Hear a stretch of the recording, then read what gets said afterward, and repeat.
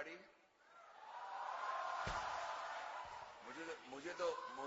मुझे तो ऐसा लग रहा है, अरे यार गाना क्या तुम लोग शुरू हो जाते हो यार. मैं आप लोग यार तो मैं शो करने आया हूँ. कमाल है यार तुम लोग का भी यार. क्या बात है.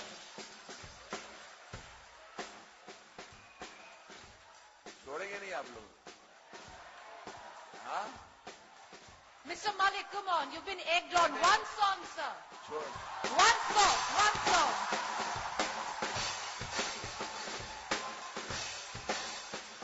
Okay.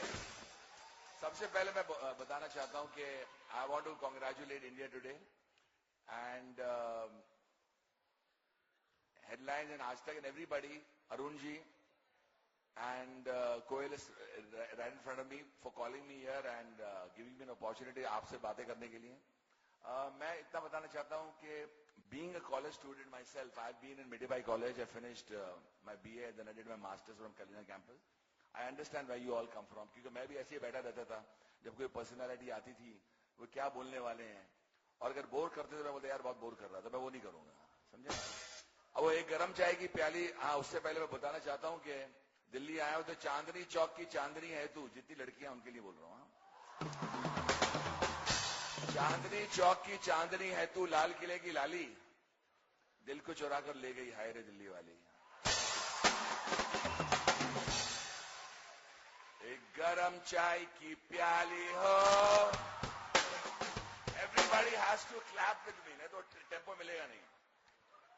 एक गरम चाय की प्याली हो, कोई उसको पिलाने वाली हो. चाहे गोरी हो या काली हो, सीने से लगाने वाली हो. अरे मिल जाए तो मिल जाए हर गम. ताराराम पम पम ताराराम पम पम ताराराम पम पम. लिम्पक पम रम पम पम. ठीक है, मजा है ना. और मैं आप सबको एक बात कहना चाहता हूं, जब आप देखते हो पर्सनालिटी को और जब देखते हो कि ये आदमी कैसा आगे बढ़ा है, तो अपने अंदाज में एक बात कहना चाहता हूं कि दूसरे की दौलत को देखकर हैरान क्यों है. दूसरे की दौलत को देखकर हैरान क्यों है, तुझको भी देगा खुदा, परेशान क्यों है. और अब क्या बड़ा मूड आ रहा है आप लोग से बातें करने का, तो एक बात तो कहनी पड़ेगी उनको देखकर जो ऊपर बैठे हैं. ऊंची है बिल्डिंग, लिफ्ट तेरी बंद है, कैसे मैं आऊं, दिल रजामंद है. आजा आजा आजा बैंड बाजा लेके आजा, तेरी याद सताए दूल्हे राजा, अब तो आजा. अरे ऊंची है बिल्डिंग, लिफ्ट तेरी बंद है, ओ ओ ओ कैसे मैं आऊं, दिल रजामंद है. ये कमाल की बात है. These songs were made 20 years back और ये गाने आज भी चलते हैं. This speaks of the power of Malik. So I'm ready now. अभी मैं मूड में आने वाला, बैठने वाला हूं. और जाते जाते वो भी बोलना पड़ेगा यार कि भूख लगे तो चांद भी एक रोटी नजर आता है. This is for the youth. भूख लगे तो चांद भी एक रोटी नजर आता है. आगे है जमाना फिर भी भूख पीछे पीछे, सारी दुनिया की बातें दो रोटियों के नीचे हैं. I love you guys. I've come only for you guys. I love the youth and this is the future of our country. And I can see fantastic faces here. All bright, all knowledgeable and all going to, मतलब हिंदुस्तान को आगे लेके जाने वाले चेहरे मुझे नजर आ रहे हैं. उनमें से कोई क्या पता कल का आमिर खान, शाहरुख खान, सलमान खान, अन्नू मलिक भी हो सकता है. और कुछ मैं जाऊं. Is over my summit is over. Mr. Malik, you promised you're going to recite some Shayari before you go. मैंने तो अभी बोल ही दिया. कितनी 3 तो शायरी हमारी आपको नजर नहीं आया, वो तो शायरी में बोलूंगा, बोलना तो पड़ेगा. लेकिन I'll speak a lot about my life. I would love to share how I became Annu Malik, what prompted me to become a composer, why am I here, and what I expect from you people also, because there is no country better than India. East to west, India is the best. Guys, see you soon. I'm here. Mr. Malik, now we're going to take some questions from the audience. I'd like to throw it open. Perfect speech. I want to get first question for Anu Malik. Yeah, the lady right there.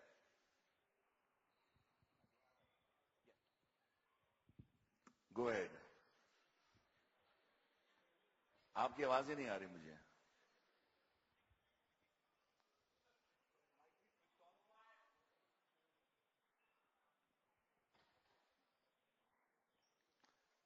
एक question ले लूं मैं.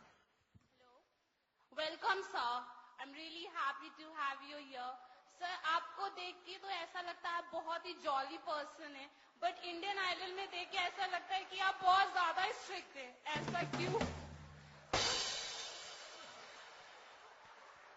यार कमाल सवाल किया आपने यार. आते ही बैंड बजा दिया आपने. बट देखिए, मैं आपको बताना चाहता हूँ, yes I am a jolly person, but I am not strict, nor am I rude. I am just plain honest. मैं बताना चाहता हूं क्या होता है. इंडियन आइडल एक ऐसा प्लेटफॉर्म है जहां सिंगर्स फ्रॉम मतलब उनकी उम्र क्या होती है, 16, 17, 18, 19, 20. वो आते हैं विद ड्रीम्स, एस्पिरेशंस, कुछ बनना चाहते हैं वो. एज अ जज मैं जब वहां होता हूं, जब मैं एक लड़की को सुनता हूं गाना गाते हुए, अगर वो सुर में है तो आपने नोटिस ये भी किया होगा कि मैं बहुत अपलॉड भी करता हूं, मैं उनके साथ नाचता भी. वो आपने बोला नहीं, मैं खुश भी हो जाता हूं. फॉर एग्जाम्पल अभी इंडियन आइडल 6 के अंदर तो देवेंद्र के साथ मैं मूड में आके नाचने भी लग गया था, बिकॉज मेरी सिंगिंग. बट जब कोई बेसुरा गाता है या बेताला गाता है तो मेरा दिमाग खराब हो जाता है. मैं सोचता हूं यार ये कहां से आ गया और क्यों आ गया. Number 1. 2, I want to guide them. एक एग्जाम्पल मैं देता हूं कि एक लड़की ने बोला, मैंने इसको बोला you are a crap singer, तुम बकवास हो. तो shock. The reason I said is, तुम गाना छोड़ दो, कुछ और काम करो. What do you want to do? बोलते I love economics. You know that girl cried, raved, ranted, pleaded कि मुझे आना है. I said no. And I was very tough with her. Other judges said calm down. I said nothing doing. After some years she met me and said thank you sir. मैंने क्या हुआ? बोला sir आपने मुझे बोला, I believed you because my parents said that Annu जी ने बोला है तो शायद आप कुछ और profession. And she started doing economics. Today she's earning her own money. She said yes sir I can't sing. Thank you for being rude. So I think that was a big compliment because I saved her life. I can't give her 6 years back. मैं कहता कि उसको आपकी उम्र क्या 19 साल, आप एक काम करो, आप ना 5 साल तक गाने गाते रहना और शायद आप कुछ बन जाएंगे. When she comes back to me, I said, you are still a bad singer. Can I give her 5 years back? I can't. I would have ruined her. I didn't want to ruin her. I'm a person who believes in putting people on the right path. And the truth has to be told. If you don't tell the truth, you're going to ruin somebody's life. And that's the way I am. Mr. Malik, we're going to ask you a question which has come from these kids out there, the audience, and they wanted to ask you. You need no introduction. You're known for your straight talk, sir. One question. Right now, Indian Idol is your calling card. One question which this audience wanted to ask me and Shiv ask you is, sir, is Indian Idol fixed? आपको लगता है कि मैं इतना टूटा हुआ हूं कि कोई कर सकता है मुझे फिक्स? अन्नू मलिक जहां होता है, nobody tells me what to do. Nobody tells me how to conduct the whole show. This is my 6th season as an Indian Idol judge, and I can proudly say Indian Idol is not at all fixed. It's one of the most original shows ever. And I want to tell you, जितने भी idols बने हैं, they have been chosen by the public of India. हमने जब guide किया उनको, हाँ ये भी हो सकता है. Yes, sometimes what happens is, when I say, यार मजा नहीं आया, तो कोई पंगा नहीं लेके बोलता यार चलो यार अन्नू मलिक की बैंड बजाते हैं, हमें यही पसंद है. But that is the beauty of the show. You have to be honest. And the people have chosen Prashant Tamang, Sandeep Acharya, people have chosen Abhijit Sawant, people have chosen even Saurabhi, and people have chosen Sriram, and now they have chosen Vipul. And Vipul ke aane se Devendra and Purvi and and Amit, people have started saying that this has been one of the best seasons, and we have been introduced to the best singers, and that can only happen on one show, Indian Idol. So it's not fixed at all. Well, that's your answer there to our audience, sir. Before we call our next guest, if you could just quickly give one song to the audience. before I do that, मेरे दिमाग में पता नहीं क्यों आ रहा है एक बात. क्यों कर रहे हैं सारी दुनिया की इन्वेस्टर्स इस कंट्री के दरवाजे पे नॉक? क्यों कर रहे हैं सारी दुनिया के इन्वेस्टर्स इंडिया के दरवाजे पे knock? Why does the world look at India with awe and shock? Why does the world look at India with awe and shock? It is simple. India's mind rocks. आप मुझे बताओ कोई ऐसी शायरी कभी पहले मैंने सुनी थी आपने ऐसी?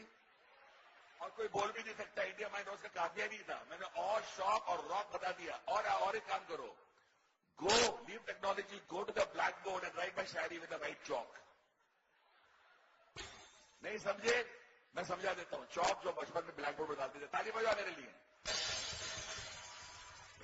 Okay, and as far as the song is concerned, I don't know why there have been great songs. I got in the 50th golden year, I got a film where I got my Mehuna ka award mila tha. So I would love to sing a mukhra which is very close to Lata Mangeshkar ji's heart, which she says is one of her most favorite songs, and that's a compliment coming from Lata Mangeshkar. किसका है ये तुमको इंतजार मैं हूं ना, देख लो इधर तो एक बार मैं हूं ना, खामोश क्यों हो जो भी कहना है कहो, तुमको मिलेगा उतना प्यार मैं हूं ना, किसका है ये तुमको इंतजार मैं हूं ना. And don't forget guys, I'm the same guy who's composed for my great country India. संदेशे आते हैं हमें तड़पाते हैं, जो चिट्ठी आती है वो पूछे जाती है कि घर कब आओगे, लिखो कब आओगे, कहो कब आओगे, तुम बिन ये घर सुना है, ये काली काली आंखें, ये गोरे गोरे गाल, ये तीखी तीखी नजरें, तालियां बजा रहे, ये हिरनी जैसी चाल, देखा जो तुझको जानम हुआ है बुरा हाल, ये काली काली आंखें, तुरुरु तुरुरु, ये गोरे गोरे गाल. ओ अगर मैं शुरू हो गया माइक मेरे हाथ में. उफ तेरी दिल लगी, दिल को जलाने लगी, ओ दिलरुबा तू मुझे नखरे दिखाने लगी. छोड़ो जी छोड़ो सनम, बेदखली छोड़ो सनम, नाजुक है दिल ये मेरा, दिल को न तोड़ो सनम, दिल को न तोड़ो सनम. हाँ ये लंबी लंबी रातें आकर ले मुलाकातें, जाने क्यों दिल ये मेरा तेरा ही होना चाहे, ऐसा तो हमने पहले देखा नहीं कमाल. बस इनके बैंड बजे के A big hand, ladies and gentlemen, from Mr. Ranu Malik. एक मैं बात बताना चाहता हूं, with due respect to everybody, I've gone to every state, everywhere, but Delhi की बात ही कुछ और है. Thank you. Thank you. Mr. Malik, let me assure you that nobody mistakes your songs for someone else's. So you don't need to remind anybody in the audience that they're your songs. They know they're your songs. Except God, there's no one who's original. एक याद रखना. But the amount of work I've done, whether it's Border, Virasat, LOC Kargil, now जाने मन की बातें शुरू हो गई हैं. Now people say, अरे यार विरासत भी तेरा है, पायले शुनमुन भी तेरा है, समझी भी तेरा है. I've done more than 325 films in the last 30 years. Please welcome on stage Masaba Gupta, a vibrant new designer who's wowed the A-list of the entertainment industry. Masaba, welcome. a big hand, ladies and gentlemen, Masaba Gupta.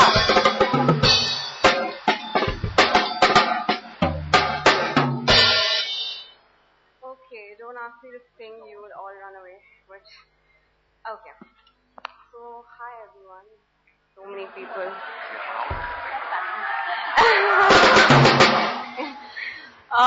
I've never really wanted to talk about my work, and I've always wanted my work to speak for myself. But when Kali invited me here, I realized I have a lot to share with all of you. We're pretty much the same age, I guess, or maybe younger, older. How old are you guys? Okay, I'm old. Okay. So, thank you, Kali, for having me here. Well, there's a lot of rubbish things I've done in my life before I became a designer. And I really believe destiny has a huge role to play in life, but obviously don't confuse poor decision making with destiny.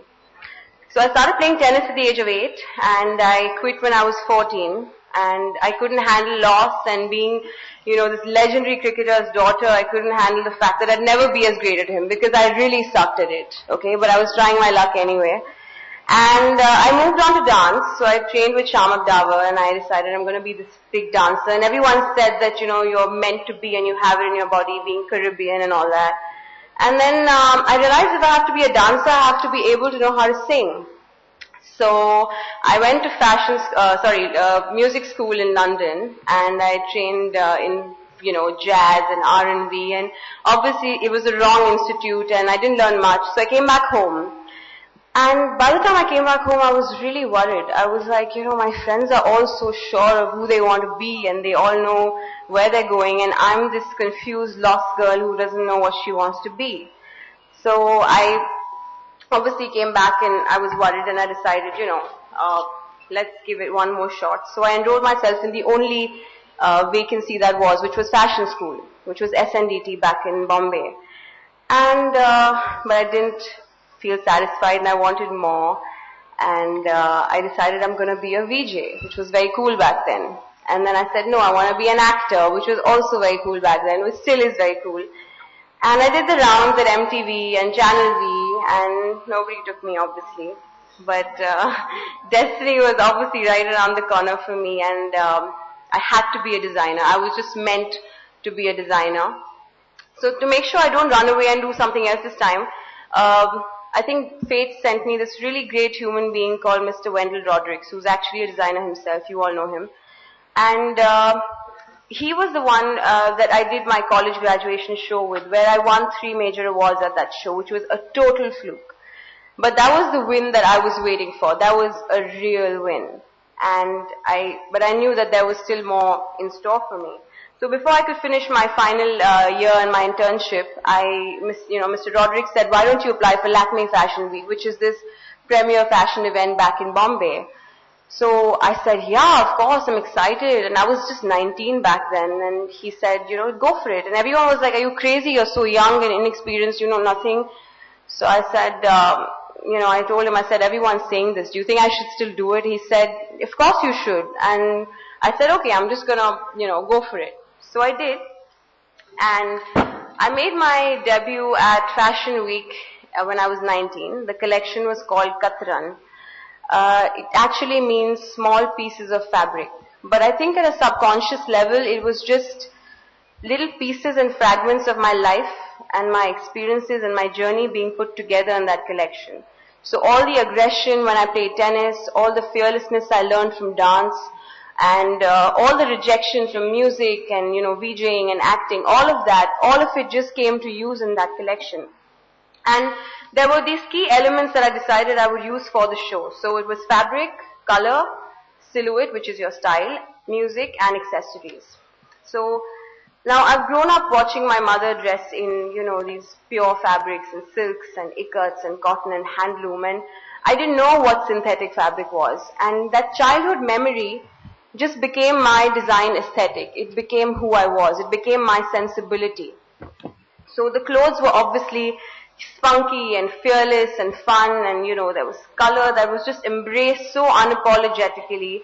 And it was I call that collection something that was straight from the soil, because it was so rooted, so Indian, but at the same time it belonged to my roots, which were Indo-Caribbean.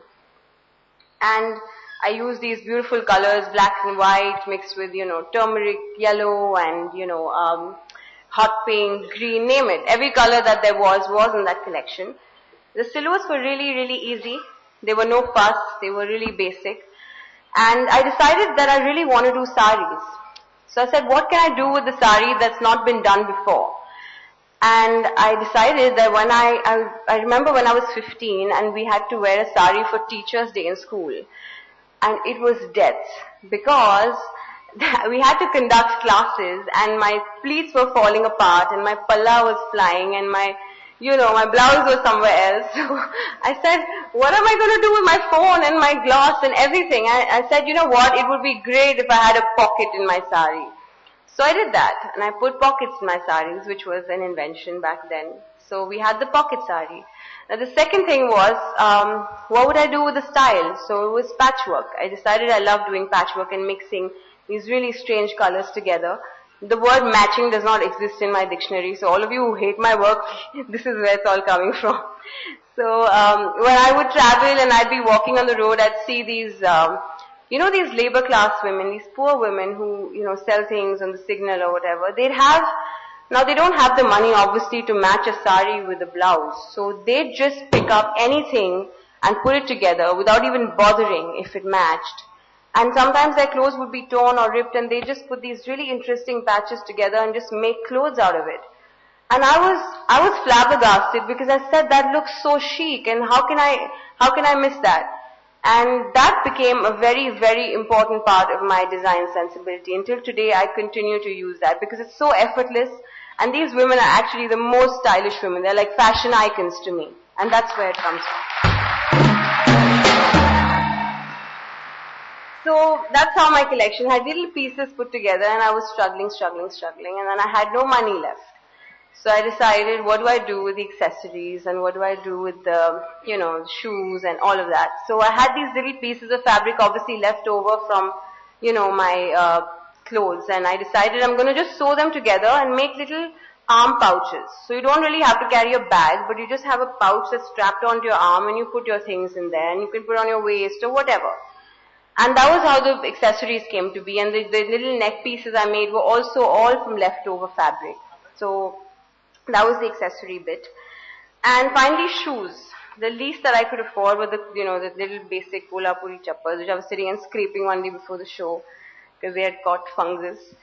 And so that's how everything just fit in and that's how Katran just came alive and came into being. And it was for every woman. I mean, I didn't keep in mind a 15-year-old or a 20-year-old or a 50-year-old. I said this has to be for every woman who loves dressing up. And that season, for that collection, I won the Most Promising Designer of the Year award. And so, success. And the only thing that I've learned from everything, all of this, is that you have to learn how to take your chances. You have to take your chances like your vitamins, okay? Because when you take chances, you feel your chin rise above your chest and that's when you can see what's ahead of you, what's around you. And then there will be one less thing that you can't do.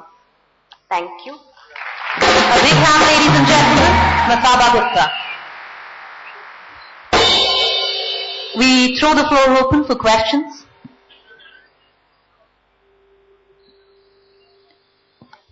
Can we get that young lady there?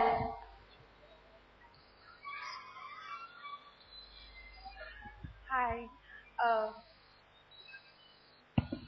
Hi, my question to you is, do you think we need a fashion degree to become a designer? Do you think it's really important to have a degree in fashion? I also don't have a degree. What are you talking about? I don't have my teachers refused to give my diploma to me because I went on to Fashion Week and didn't do my internship. So don't worry, you'll be fine. You just need to take your chances, like I said. You need to screw up 100 times until you get it right. That's all. Anyone else? Okay, Masaba, I have a question for you myself. Lots of people go to fashion schools in the country, NIFT and the others. And Paul, of course, Paul. How vicious is the industry itself? Because you've got thousands of people getting into fashion design. Not many of them actually become fashion designers. They don't become known. Is it a difficult industry? Because the way it's portrayed in the media, it doesn't look all that great.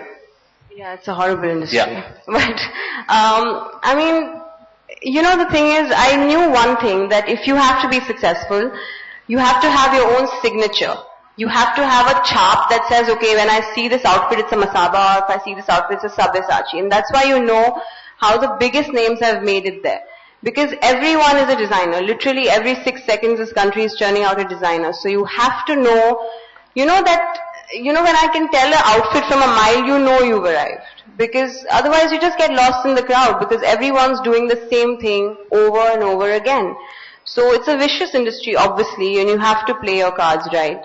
And I'm so naive, I get smashed all the time in the industry, but you have to, as I said, take your chance and just do what your intuition tells you to. Don't try and ape anyone. Okay, so all the people from Pearl, you've heard it straight from someone who's actually gone ahead and done it without a fashion degree. So you guys have a fashion degree, so you can definitely do it. Yeah, just time for one more question. Yeah, there. Very good morning, ma'am. Good morning. I wanted to ask you a question, that why are designer clothes so costly? You know, if you are using the used material and you know you don't even have a degree, then why are they so costly?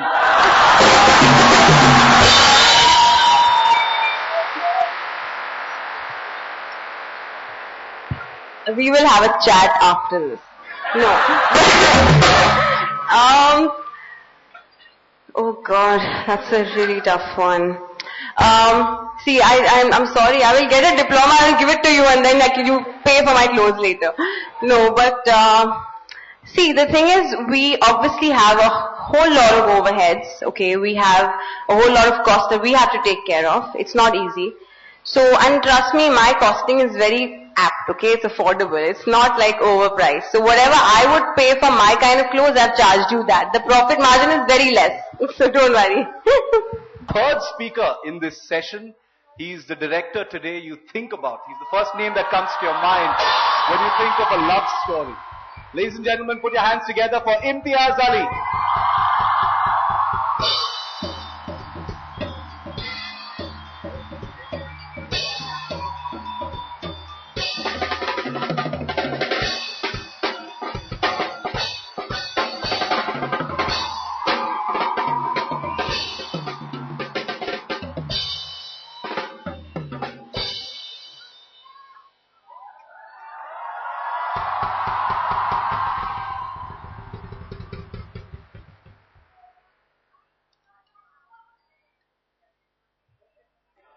Don't make me nervous.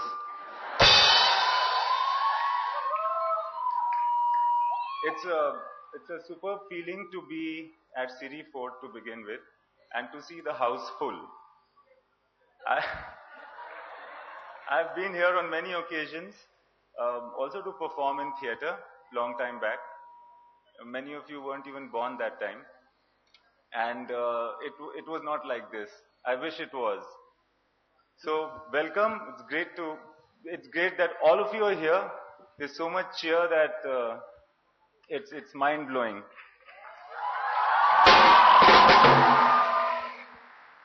And see, the best thing about this one is that much to the disappointment of people in the front row, I don't exactly know what I am going to say. And that's always interesting. You know, it's, I guess, also some sort of a feature in my life that I have not really known what to do or what to say. And mostly the accidents that happen are more, in your life, I mean, those accidents are more influential than the decisions that you think you're taking. Unfortunately, the work that I do influences a lot of people, just as movies that I have watched have influenced me. And it's something that you've got to learn, which is to be a little responsible, because you know, because a lot of people follow what you do, the work that you do, or what you might say. So you lose that whole anonymity and this ability to just straight bitch about somebody and things like that. So this is becoming a disclaimer that whatever I might say over here is not to be followed specifically individually. Because, and believe me, I've also tried to not follow what I think. You know, in that way, what happens is that life takes care of itself, and you do your thing, and it's all right.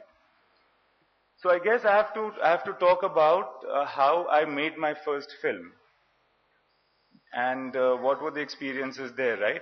Is there any specifications like minutes or whatever? I'd like this to be very interactive. So I think, sorry? Oh, okay. Okay. All right. So one of the things not to follow about me is the fact that where I come from, nobody has been in the film industry at all. I come from a small town called Jamshedpur. Then, yeah, Jamshedpur rocks, just like Mind. You know, it's just like Mind. It rocks. So I'm from that town. When I was living over there, nobody I knew had ever even seen a film shoot. So it is kind of difficult to tell yourself that you'll be a film director. I never expected myself to become ultimately a film director. I'm still on the journey trying to become a film director. So I never also went to film school. I never assisted anybody. I didn't write for somebody else who was directing, etc., etc. So actually it was a bizarre series of incidents and accidents that brought me to a point where I was already directing a film. And sometimes the tragedies that happen to you at work become your biggest strengths. For instance, my first film, Socha Na Tha, took 3 years in the making. And I thought that it's going to just get over in 3 months, but it took 3 years. And also, the time stretch was so much that everything that had to be done by me. Because those people who were responsible to do it otherwise had to do other things. Somebody is constantly talking over here in the pit. Bhai sahab, thoda aap shant rahoge?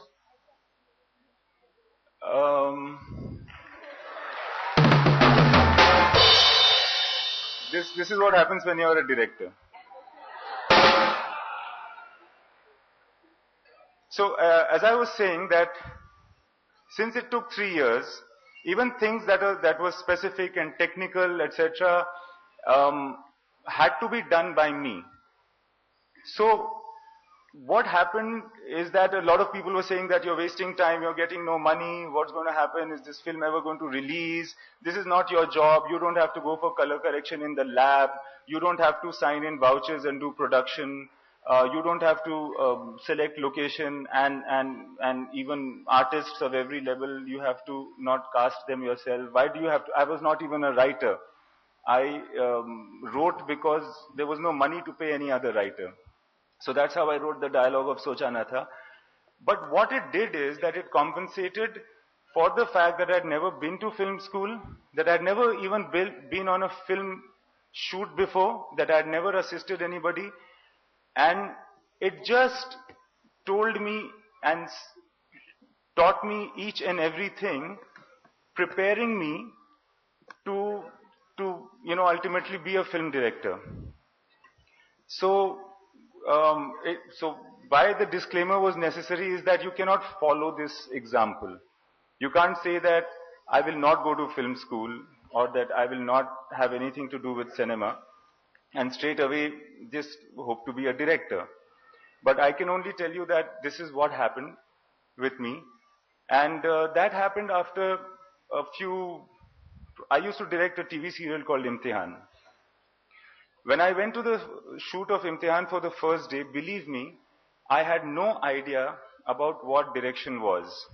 I had no idea where to place the camera, why to do so, what is this imaginary line. I had done theatre, so I kind of knew what to tell the actors, but beyond that I didn't have any idea. All I was doing, and this is a very honest confession, all I was doing for the first many schedules was pretending that I know.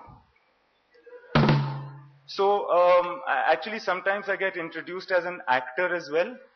The fact of the matter is that I'm not. I guess those guys who introduced me as an actor know that I had acted the role of a director while I was on set.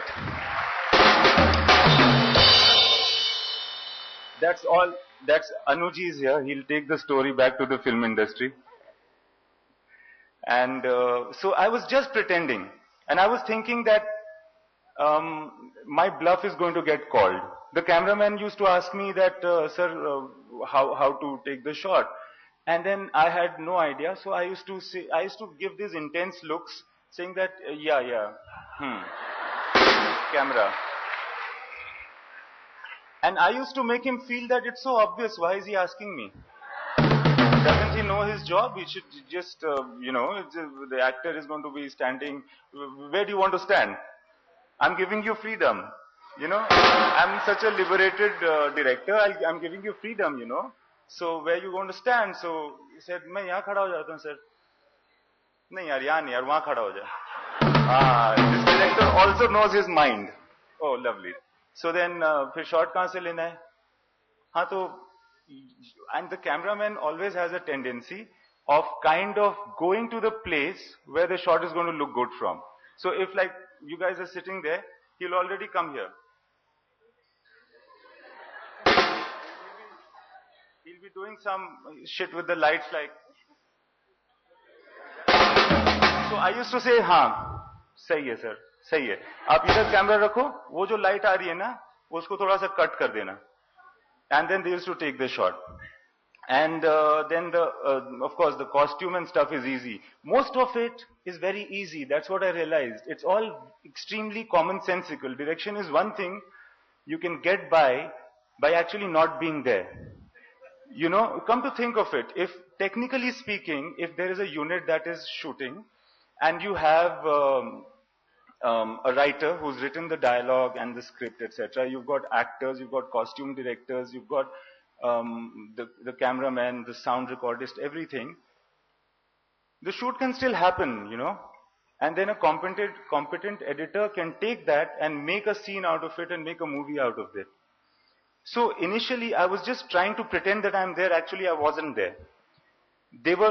All of them were doing their jobs, but I was also extremely insecure because I felt that at any point, any day, they are going to just call me out and say that, boss, we've called your bluff, तेरे को कुछ आता नहीं है, और तू निकल जा यहाँ से, और मैं फिर then I'll go back, try to be a journalist or something.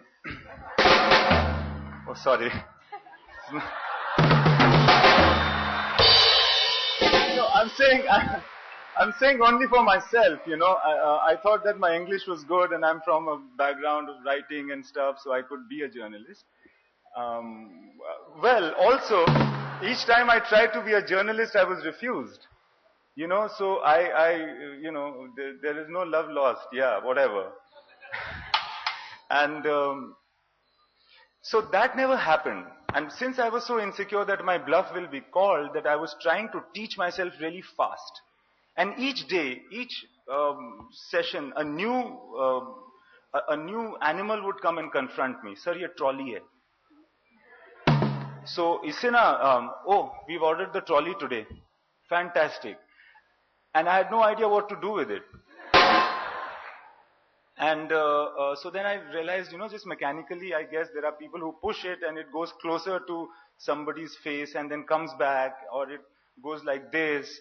So then I started putting shots on the trolley, getting the idea from the cameraman what to do, telling him what to do, and he's saying, wow, yaar, matlab our thoughts really match, because मैं भी यही सोच रहा था.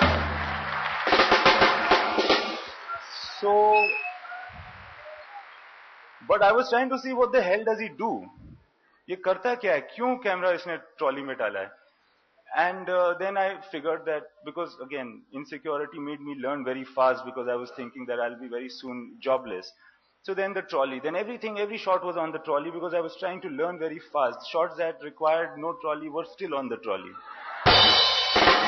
And then one day he said, sir, आज मैं तो सोच रहा हूँ crane मंगा लेते हैं. So the crane is like a huge thing, it's like a crane, you know what a crane is. These guys came later, but that time it looked like this. This is a Jimmy Jib. So but the cameraman and the director used to sit with the camera on top. And there was this whole rule about when you have to get on it and when you have to get off it. Then ultimately I said, okay, so, maximum height. Sir, kis height ka crane lagaun? Whatever the maximum height is, man. Why do you think I'm a fool? I've called for a 25 feet crane only to use 15, 25. So then the crane. And then I thought, okay, so now the crane comes down and it comes closer and all of that. So then every shot, everything used to happen on the crane. I used to never leave the crane. And then one day they said, okay, so you know what? Should we put the crane on the trolley? And I said, no, not this shot. Just like that, just to prove that I know what I'm doing. Next shot. So then I was thinking next shot, okay, what the hell do I do? So it's going to be like that and move like that also. And then I figured something out, just a wide, safe shot to do that. So then I learned that and everything else. And then Jimmy Jeep came, and then you realize you don't have to be on the train. You can be sitting with a joystick and playing a video game over there and shooting very easily.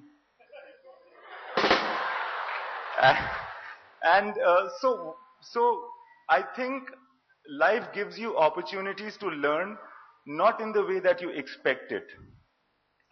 I think a lot of my friends who are from film school as well have gone through a similar process. What I mean to say is that they've also learned on the job. Because no matter what you're going to tell about how to make movies, what you're going to tell about how to write stories, I guess the important things that I think I'm lucky about is the fact that if you're interested in people, you're interested in life as it happens around you, and you have this desire to tell stories about them to them, it's almost like the American Constitution, then I guess you will have something to say, and that is not something that anyone teaches you. What teaches you all of those things is your life, are your parents, is your hometown, Jamshedpur, is Delhi University, Hindu College, the fights that you have over there, the girls of Miranda, the whoever they are of St. Stephen's College, and all of that. And then those are the things that keep coming back. You don't even realize it. You see in your own movie, like, I'd done Romeo and Juliet in many versions, and I felt while I was watching Socha Na Tha one day, years after it released, that, man, it's the same balcony, it's the same guy, it's the same, almost the same shit. And you don't know how the influences of your life will creep into the work that you do. So, sounds like Gyan, but then live your life, I think, is the most important thing that I have to say, because that's the only thing that teaches you anything that you're not going to learn automatically. An interesting anecdote is also the fact that at the end of it, the same cameraman who I was conning and fooling and making a fool of throughout the shooting of the TV serial, at the end of it, around 70 episodes down the line, he said, यार देख तू actor को क्या बोलता है वो तो मेरी समझ में नहीं आता, पर तू टेक्निकली बड़ा साउंड है यार. टेक्निक के मामले में ना, you are very strong. Then I realized, actually, if I look at myself now, I don't think that I know any more technique than I knew when I actually came down to direct my first shot in Imtihan or later on in Socha Na Tha, etc. All of that is something that can be learned very quickly. It can also be unlearned very quickly because things will keep changing. Technology will keep changing. But to be in touch with life is the most important thing, I think, for somebody who is in my profession. I think I've spoken a lot. And before anybody comes and shoos me out, I should do so myself. And yeah, if there's anything that I can answer, it will be great and a good way of doing it. I don't want to take too much time. Please tell me when I have to leave. Yeah. All right, we throw the platform open for questions. We've got a lady right there. She's been there. Paji, ठीक रहा? हाँ? इतनी दूर से आया हूँ, बेवकूफ तो नहीं बन गया sir? Okay. Yes, ma'am. Sir, my name is Radhika and I'm your big fan. I would like to ask if someone wants to become an actor or director, is it important to go to a film school and अरे मैं इतनी देर से क्या बोल रहा हूँ? See, Radhika, I'll tell you what. No, sorry for the snide remark. I feel that if you do go to a film school, it depends on how much you can take from it. You'll definitely learn, because more than the technique that you learn, you'll also be in an atmosphere where you're going to pick up stuff, because everybody is going to be, in the same concern as you are. But there are people who go to the film school and learn nothing. And so avoid being that. Whatever your natural instinct is, because there is no fit to fill rule, people react differently to different situations. I mean, looking at me, I should have gone to film school, so I could have learned something. But maybe you don't need that.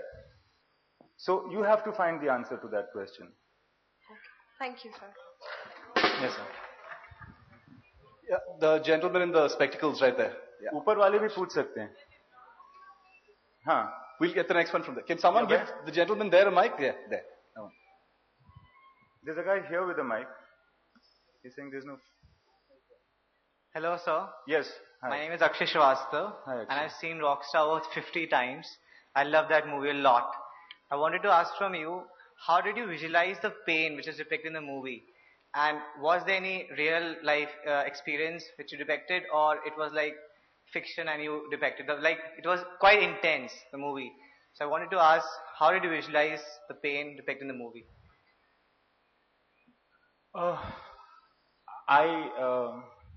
I wish it was all fictional, but some of it, actually the incident or the character, etc., was not really autobiographical at all. It's not as though I've gone through all of that in my life.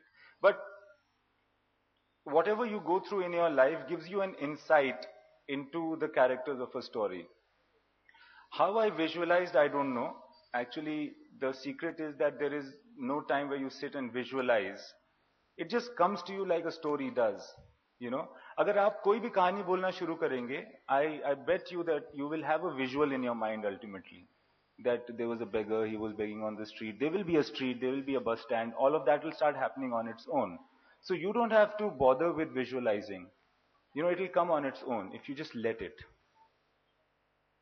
All right, let's just take a quick question from that girl right up in the balcony.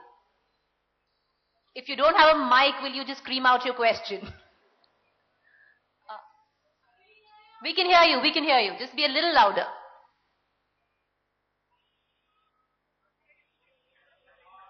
Scream. Scream, Hello. yeah. I can hear you. We don't have a mic. You can shout your question out.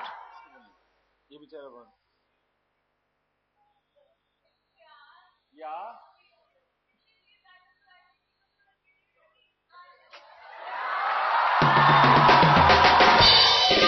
All right.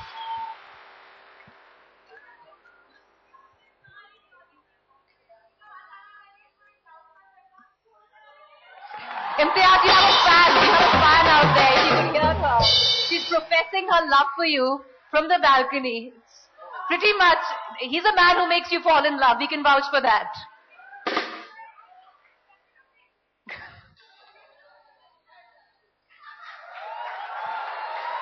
She's recited a dialogue of one of your films. Thank you so much. Thank you.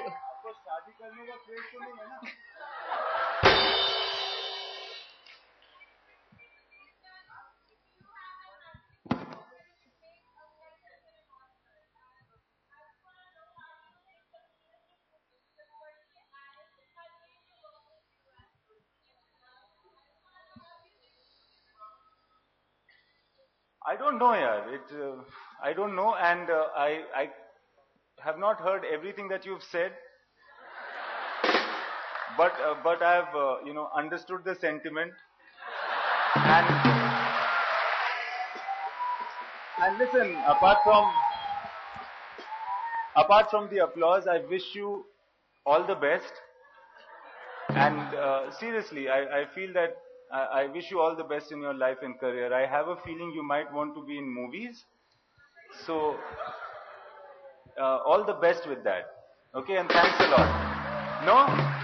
Sorry, am I completely off the mark? Okay. Yeah. Ladies and gentlemen, a big hand for Imtiaz Ali. A big hand. Invite our next guest. Well, he's charming, he's witty, he's a man of many talents. Let's bring in Ayushmann Khurrana there. A big hand for him.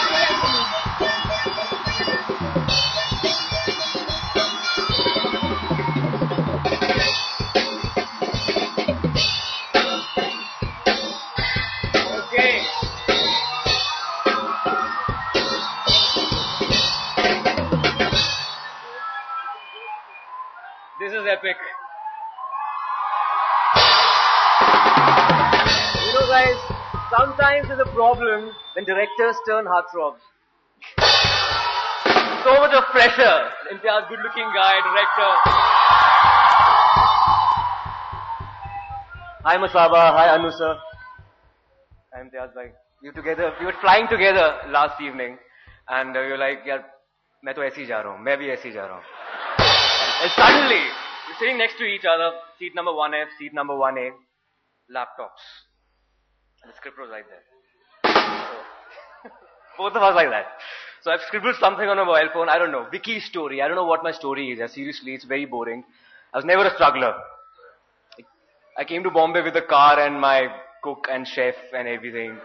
I have no sob story, no rags to riches, nothing. So,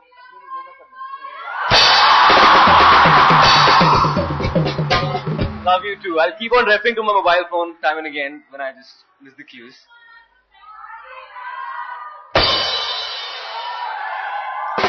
I'll come to that later. Pani da rang vekh ke. Taken the poetic license, colorless, odorless water, still pani da rang vekh ke. Yeah, random thoughts. So anyway, I'll start with a very, I like being old school at times. Let's start with the etymology of the word limelight, living in the limelight. So limelight, it originated from the bubonic plague back in the day in Europe when people were dying and, the most of the people who were affected by plague, they were put in this dimly lit lime pits. And again, later on, it was used on stage while people were performing. So the word imparts mixed feelings, limelight. So I think it's a double-edged sword. So my name is Ayushmann Khurrana, and I'm sounding like a college kid who's taking part in a declamation competition. But that's the way I am. I used to be part of college events, theater, street plays and stuff like that and all the works. And this formal facade gives me heebie-jeebies, man. I hardly wear a white shirt normally. I don't. And my PR was like, Monica was like, there's something formal. Okay, I'll try being formal. Are we like really formal? I don't think so. So, I think that's what fame does to you. I was just another guy in the crowd. Maybe little different because I was part of the MTV generation, MTV bandwagon. But this what limelight does to you. It puts you on a pedestal, makes you believe you're special or maybe more evolved. I don't think so. I think it's just that we got the opportunity, and we got the opportunity when we were most prepared. Success is when preparation meets opportunity, and there's no dearth of opportunity out there. There's only dearth of preparation. That's what I believe in. Here I go. So my fellow speakers, I think, Indian cinema is like a circus, and I'm the new Joker. And we have the ringmaster, Imtiaz Ali, ringmaster of the circus. Then we have the person who plays the music on the circus, Malik, designs the costume, Masaba. We have beautiful trapeze artists coming along, Sonam Kapoor, Priyanka Chopra. Then we have a part owner of the circus like Ekta Kapoor. Not right now! Hold your horses. I know the sex ratio of a country is lopsided, especially Delhi. Some 899 is to 1000. Tabhi ladke sab. Priyanka Chopra, yes!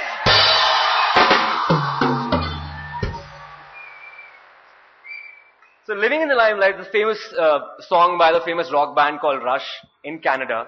और दिल्ली वालों को तो limelight में रहने की वैसी बहुत आदत है. I think we have the largest chunk of population who are really attention seekers. We love the attention. Like if you go out on the roads, you see the cars. Car के ऊपर भी कुछ लिखा होगा. Singh is king. Jat inside. Then we have Veer Gujar. And sometimes even religion demands attention. Jesus loves you. Hare Krishna. And Satnam Vaheguru. Vaheguru Ji da Khalsa, Vaheguru Ji de. Living in the limelight. Who's calling me now?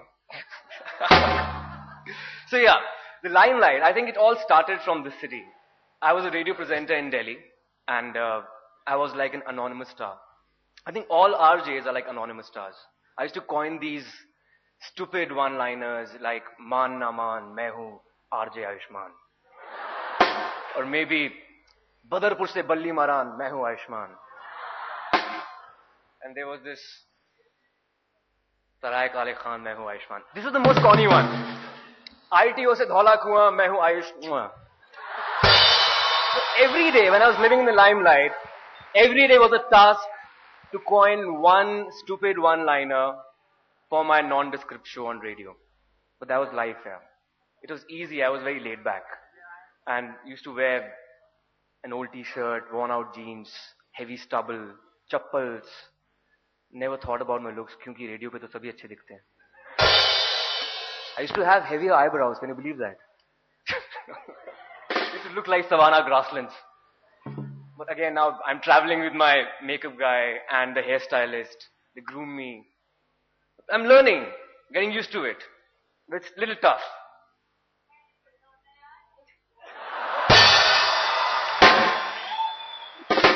Okay, ऐसे नहीं होता है.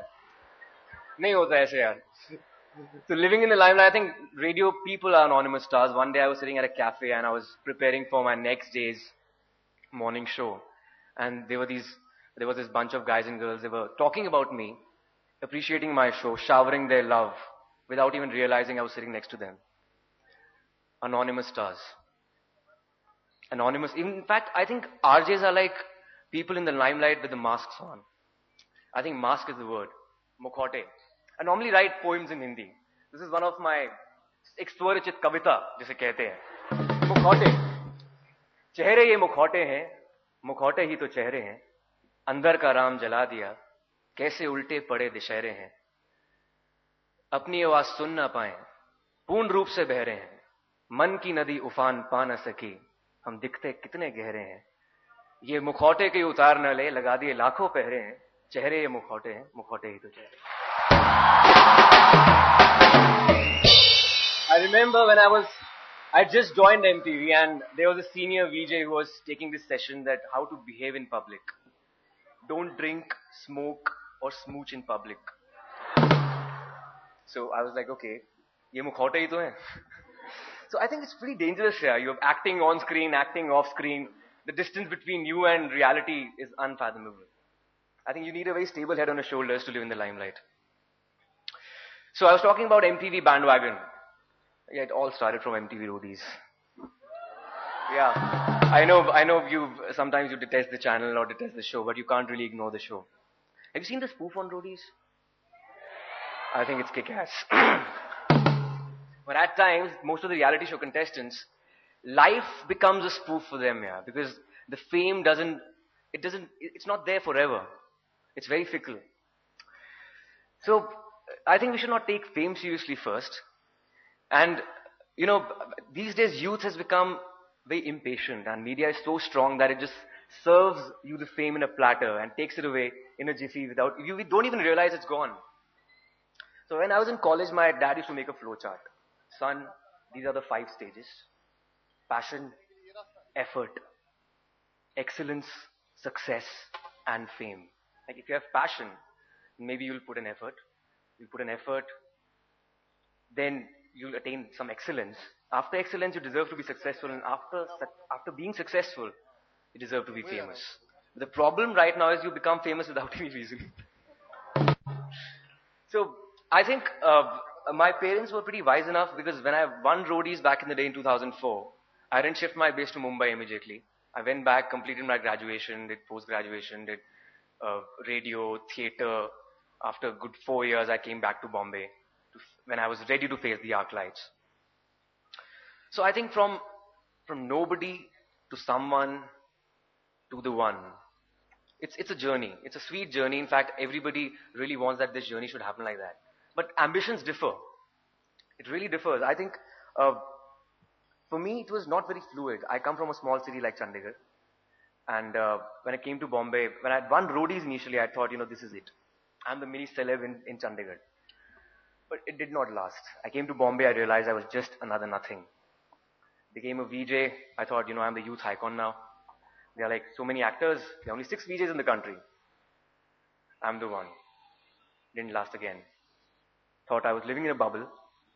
Then Bikhchandani happened. I thought television in India will always play a second fiddle because it's not that aspirational right now. It's all relative. So Bikhchandani happened. I thought, I have arrived. But I think the challenge begins now to sustain the success because I've realized that success is very subjective and fame, the limelight, is very fickle. Okay, another piece of poetry. It's called Vikhyat. Vikhyat matlab, pata hai tumhe? Nahi pata? You don't understand Hindi? Sharam aani chahiye tumhe. Punjabi ch gal kariye. Let's keep the song to the end, yaar. Ye khatam hone wala bas. It goes like Vikhyat. आज मेरे सब मित्र हैं, सब जगह हंसते चरित्र हैं, क्योंकि आज मैं विख्यात हूं. दुनिया करीब है, मायूसी रकीब है, क्योंकि आज मैं विख्यात हूं. करोड़ों अपरिचित व्यक्तियों से संपर्क है, अपने करीबी रिश्ते नाते थोड़े से फर्क है, क्योंकि आज मैं विख्यात हूं. ये मंच मेरा रंगमंच है, इम्तियाज अली के साथ आज मेरा लंच है, क्योंकि आज मैं विख्यात हूं. ये ख्याति के चक्कर में कहीं उनको ना भूल जाऊं जो संघर्ष में थे मेरे साथ. भीगने से बचाया था मुझे जब भी हुई परिवेश की विपरीत बरसात. चलो मान भी लिया जाए, विख्याति और कुख्याति में कुछ खासा फर्क नहीं है. जीवन की आपाधापी का पूर्ण रूप से कोई तर्क नहीं है. ये भय रहता है कि मैं गैरों के साथ ना हो जाऊं, अपनों से रिश्ते निभाने में वाहियात ना हो जाऊं. ऐ मेरे दोस्तों, कहीं मैं इतना भी विख्यात ना हो जाऊं. Thank you so much. I'm still learning. In fact, I'll be more of a listener today. And I'm less of a preacher. Yeah. All right, we're going to throw the floor open for questions. The first question, that lady in the black salwar kameez, can we please... Where is the lady in the black salwar kameez? Right in front of you. With polka dots. Hi. Hi. आप बड़े cute हो. मैं क्या करूं यार, पता नहीं मुझे अभी अलाउ किया जाएगा या नहीं. क्या मैं जल्दी से भाग के ऊपर आके आपको हग कर सकती हूँ, please? Of course. Go for it. I was waiting for this moment.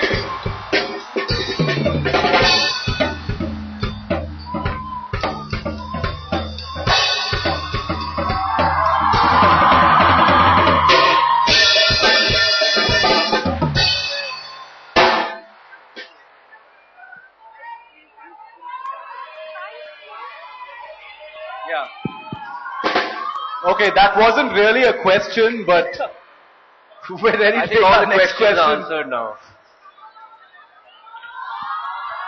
Yeah. Okay. Yeah. We can do that later as well. Yeah, can we take the guy in the blue there? Question, There, right there. Hi, good morning. Ayushmann, if you're looking at this side. He's not. Hi. I have a question. As you said that you have got everything in a platter in life. And you said that your father prophesied that it should be first a passion, and then an effort, and then an excellence, and then success. Yeah. Don't you think that you are going the other way around? That you got the success because of Bikhchandani, which was a strong scripted film. It's great that you have no belief in me, or maybe My talent Yeah. is awesome. Because As I mentioned earlier, yeah. It has been Yeah. just one. It has been just one film, and there were statements in the newspaper that you said that you have had the most impressive debut, and you've given one of the best debuts in a decade Yeah. after after Hrithik Roshan's Kaho Na debut. Pyar Hai. Kaho Na Pyar Hai. So, don't you think that you're going the other way around, whereas in your mind you know that it should be first a passion, then you should wait for at least 3-4 movies, prove your talent, maybe by winning some awards, and then go ahead and probably take this fame? Okay, the thing is, it was not an overnight success. Talking about passion, I was always active in theatre since childhood, and always wanted to be an actor.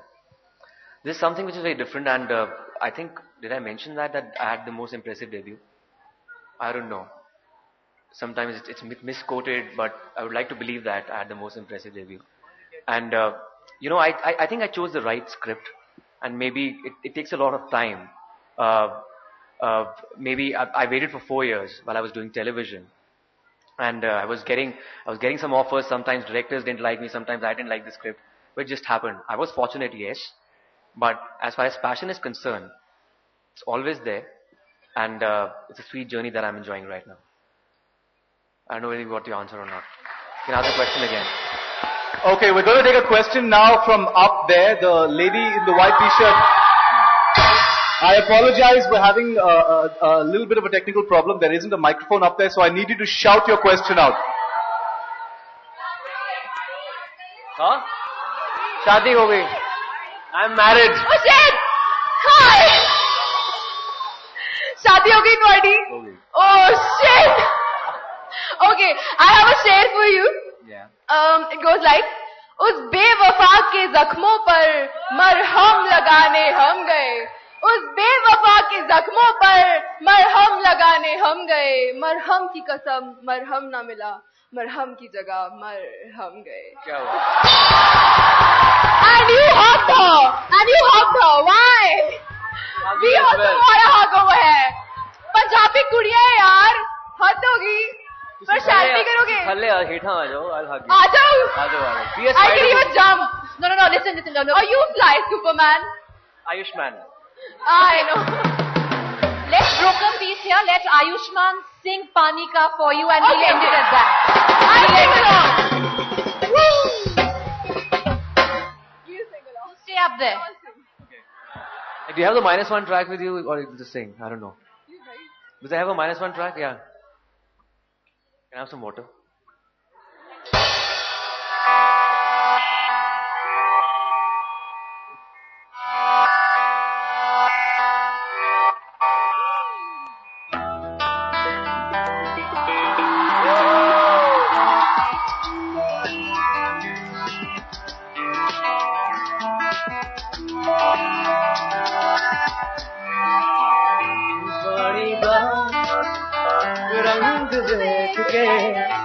पानी दा रंग देख के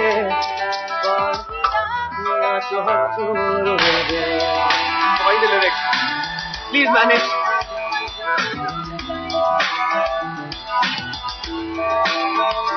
पानी दा रंग देख के पानी दा रंग देख के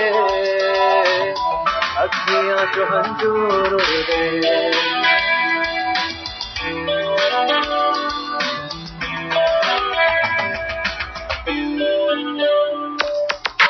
माहियाना आया मेरा माहियाना आया मेरा माहियाना आया रांझना आया मेरा माहियाना आया मेरा रांझना आया खादा नूर देख के अखां दा नूर देख के अखियां जो मंजूर उड़ गए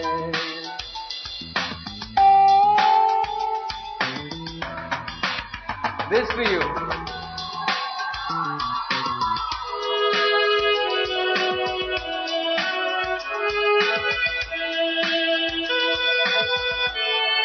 दिल से मत ले यार, सीख जाऊंगा धीरे धीरे, सीख रहा हूँ रोज.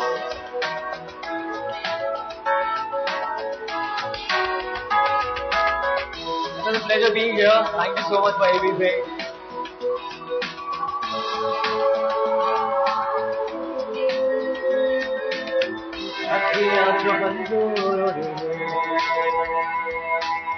Can't hear my voice.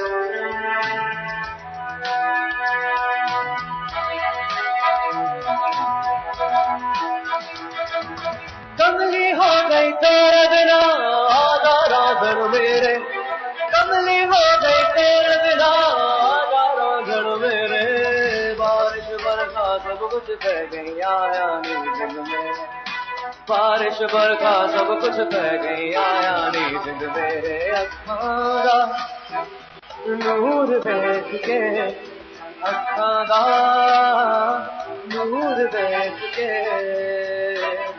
अखियां चो हंजूर पानी दा रंग देख के पानी दा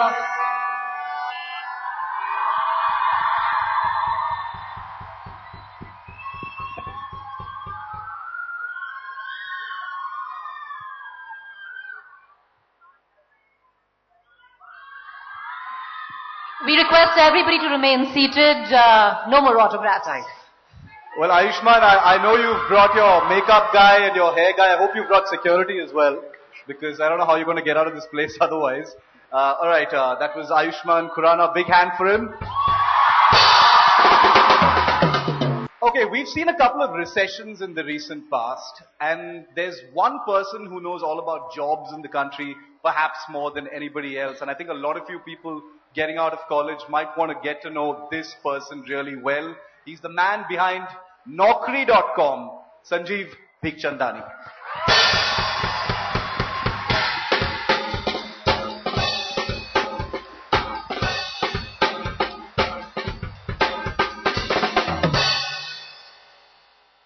Thank you. You know, I've spoken at many conferences, but I've never ever spoken after a sperm donor. Thank you, India Today, for this new experience. You know, so I had the pleasure of spending 20 minutes one-on-one backstage with Ayushmann. So all the ladies in the audience, eat your heart out. Yeah. Yeah. He be escorted to the restaurant. And you know what he told me? And he didn't say it on stage. I think he didn't say it. He said he actually. So I asked him. So I said, listen, for this role, wasn't a risk? And did you go out and did you go to a sperm bank and see how things work? And he said, no. I have actually donated sperm in real life. So I said, you're kidding me. He said, no. It was a task on the Roadies show. So I have actually donated sperm in real life. So this is something maybe you didn't know about him. Yeah, if you didn't watch that show. But anyway, coming to my very ordinary life in comparison. So I've been an entrepreneur since 1990. That's when I quit my job. And, you know, I'm a regular Delhi wala. I was born in Delhi and I grew up in Delhi. And I've lived 45 years in Delhi. 4 years I lived outside Delhi. So if you know maths, you know how old I am. So here's this. You know, I grew up in a regular middle class home. Dad was in the government, the doctor. Mom's a homemaker. And, you know, those of us who have similar backgrounds, and I'm sure many of us here do, know what it's like. You know, parents always tell you, listen, the only way you'll make it in life is if you study hard. There is nothing to inherit and so on. So that's what I did. You know, I studied hard. I went to college. I went to IIM Ahmedabad. And I was working in a good job in a multinational and in marketing in Delhi. And, you know, one of the things that kept bothering me was that, look, what am I going to achieve at the end of my career? Right? Is this the kind of life I want? And why have I studied so hard? Is it to just sell one product?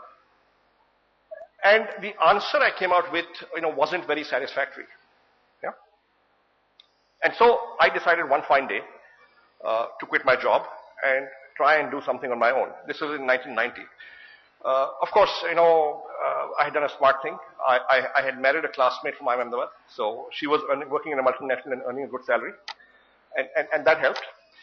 So anyway, I quit my job, and with a friend, I started a company where we began to do a few things.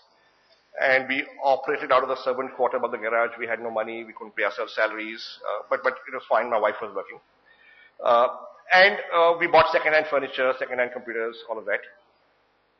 And for 7 years, from 1990 to 97, we did many different things, small things. I taught, I trained, wrote a few articles for a few newspapers. We did salary surveys, we did some databases, and so on and so forth. All small stuff, just to survive and keep hanging on in there.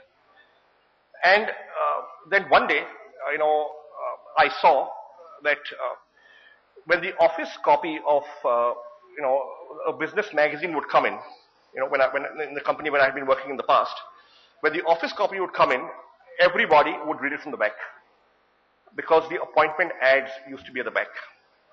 And I came to the conclusion that most people, in those days at least, bought business magazines for the appointment ads and not for the editorial. And I'm sorry to say this to India today, but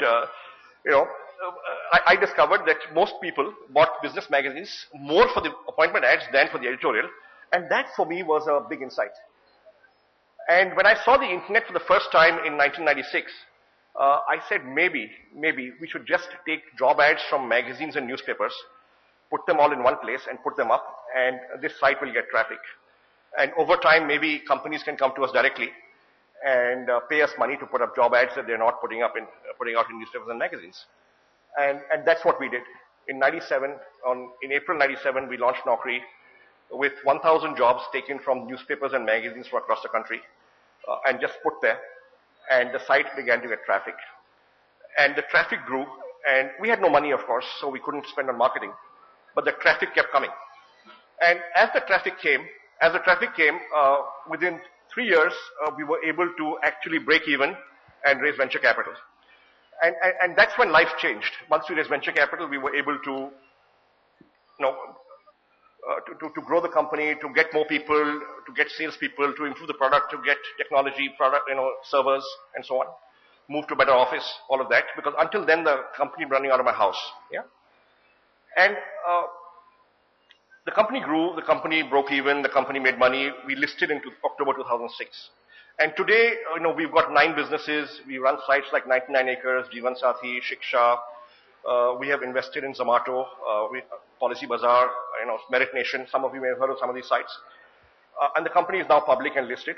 But really, if I were to go back, to the first 10 years when we were bootstrapping, when we didn't have money, when we didn't raise venture capital. And in those 10 years, for 6 years, I could not take a salary off and on.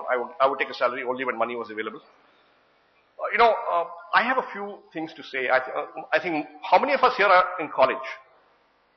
Yeah, good. So when I was in college, I used to think a lot about, what should I do with the rest of my life? I think all of us must be going through that, or most of us must be going through that. What should I do? And, my message to you, 22, I passed out of college in 84 in Delhi University. So that's almost 30 years now. But looking back on life 30 years later, I've come to one conclusion, that look, you have only one life, right? Don't live somebody else's dream for you. Live your own dream. And I think that's really important. Figure out what you want to do, figure out your passion, and live your dream. Of course, manage risks, get experience along the way, make transitions when it's not so risky. All of that, you've got to manage the risk well. But ultimately, stay focused on what your dream is. That's really important. Do what you love. And if you do what you love, you'll be happy, even while you're not making money doing it. So the first message I want to give is, in life, look for meaning, not for money. Money is the happy incidental outcome of being really good at doing something you love. Yeah, it should not be the primary endeavor of what you do. So look for meaning, not for money. The second thing I'd like to say is dream big, but it's all right to start small. Yeah. So we started our company in a servant quarter above the garage in my dad's house. We were paying 800 rupees a month rent. We had bought second-hand furniture for 2,000 rupees. We had no computer. We then bought a second-hand computer for 10,000 rupees, which was a lot of money in 1990. Yeah. Yeah, and it's okay to start small. And I had quit a job in a multinational. I was from IIM Ahmedabad. Before that, I'd gone to St. Stephen's College to study economics. And so it was fine. I was very happy to, starting small. So I think it's important to dream big because that's what keeps you going. a higher goal, a better, a superior aspiration. But the truth is we all have limited resources when you start. And so it's perfectly fine to start small. You don't have to start big. And in fact, it's good to make mistakes when you're starting small because what you're risking is very little. If you start big, you're risking a lot if you get it wrong. The third thing I'd like to say, so I was interviewed by this young lady from India today before I came onto stage earlier in the day. And one of the questions that she asked me was, what's your philosophy in life? And the truth is, I don't have a philosophy. Philosophy is a big word.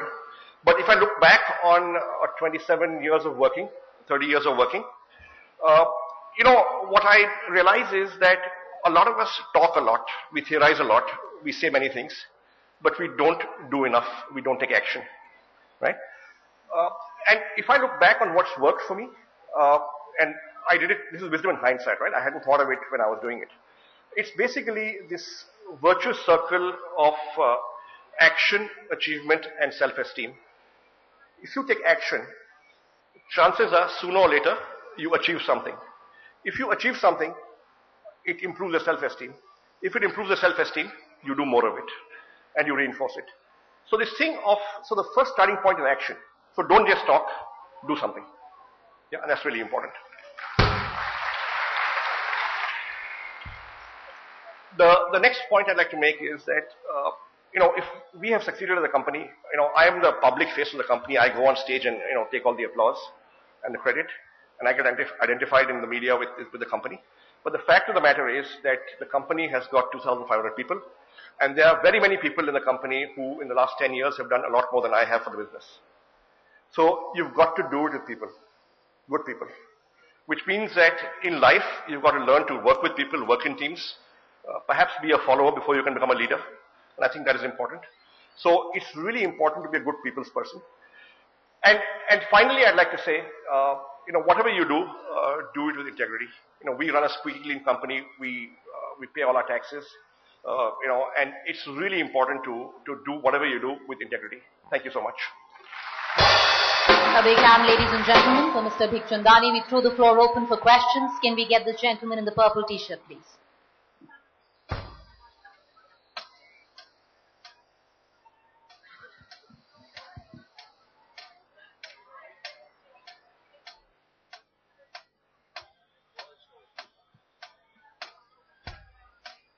Hello, sir. Good morning.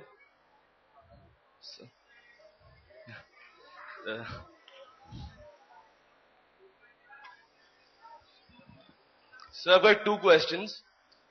One question, for the first question, what did you decide? How did you decide to leave your job, quit your job, and become an entrepreneur?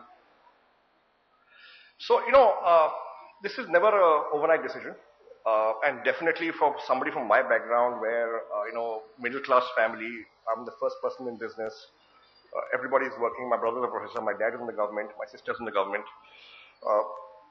It was not going to be easy, right? Because, the thing about the middle class of India is that all your life you've been conditioned to study hard, do well, go to a good college, do an MBA, do something, and get a good, safe, secure job in a good company. Am I right? So if you've been brought up that way, it's very hard to break that mold, and it was tough for me. But having said that, I had this, so when I was working in my last job, in the late 80s, early 90s, I used to keep asking myself a question. When I look back on my career, 30 years later, 35 years later, when I look back on my career, what would I have achieved? And I kind of, it was a process of a few months. I kind of realized that, listen, if I continue as a corporate manager in a multinational, it's a good, safe job. I'll have a good lifestyle. But I would not have built anything which would outlive me, which I could say I have created. I would not have made a serious difference to anybody's life. Yeah. And when I came up with those answers, I kind of figured that, look, if I'm in the job I'm in, I'll be a prisoner of my visiting card. I'll be a prisoner of my EMIs. And that's not a life I wanted. And so for me, it was a life choice, a life decision, a lifestyle decision that I don't want to be a corporate manager. I want to be an entrepreneur. And never mind what I will do, but at least I will have the freedom to create. And finally, when that drive and that urge became so big, I quit my job. So one more question. Right, before we take our next question, could I just ask some of the people at the back to just be a little silent because the people in front can't apparently hear our guests. So if we could just keep a little quieter than we are. Okay, Sanjeev, our next question is from the lady right there in the black, yeah. Hello, sir. Well, everybody tells us to do what we love and not run behind money. But till how long can we survive like that? Without food, I don't think we can actually work. Plus, how many of you make it that big? How many of us make it as big as you did? It's like even those people sitting there, they're 1 in a million that they've made it till there. So what about us, the normal people? We can't just do what we love. We have to survive. So listen, I'm normal, okay? And I'm pretty sure all the people on stage regard themselves as normal, okay? But now having said that, see the whole thing about doing something you love is that you won't even mind not making the money because you love what you're doing, right? And so here's the thing, right? How do you achieve financial success? You achieve financial success either by inheriting it, right? I wasn't in that position. Or you achieve it through luck, you win a lottery, right? I wasn't in that position, right? Or you achieve it through your own efforts, right? Now, if you achieve it through your own efforts, how do you achieve it? You achieve it by being really good at something, okay? How do you get really good at something? You work hard at it, right? And how do you work hard at it? And what are the things you work hard at? You work the hardest at doing things you love. Right? So the two are not contradictory. You do something you love, hopefully, sooner or later, you will achieve financial success. Yeah. All right, let's take a final question from in the balcony, those young entrepreneurs sitting right there. Hi, sir. I have a question. I noticed one thing, that from the balcony, only the girls were asking questions to Ayushmann and only the guys are asking questions to me. How come? Okay, I am. What I feel, I want to be an entrepreneur. Okay. Then, there are many negative elements which are like, why do you want to do business? Why don't you do a job? But what I feel, how can I sell myself for just mere money? I want to make my business. I want to do something big. Then, because of the negative elements, there are many things around which keep pulling back. So how can the people who are of my thinking, how can they put up? How can they stick to their decision?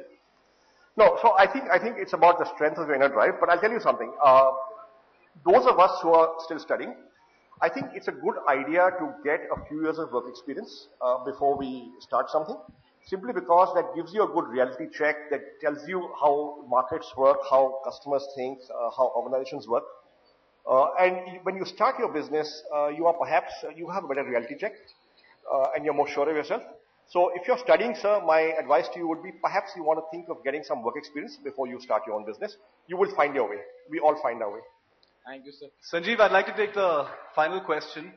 A lot of people here are going to be looking for jobs really, really soon, unless they probably are. Where's the job market going? Are they all going to get decent jobs? What's it like? So listen, the hard reality is that in a slowing economy, there are fewer jobs than there were when the Indian economy was growing at 8, 9, 10%. We are seeing that. We are in the center of the marketplace. We've got 46,000 companies who hire through us.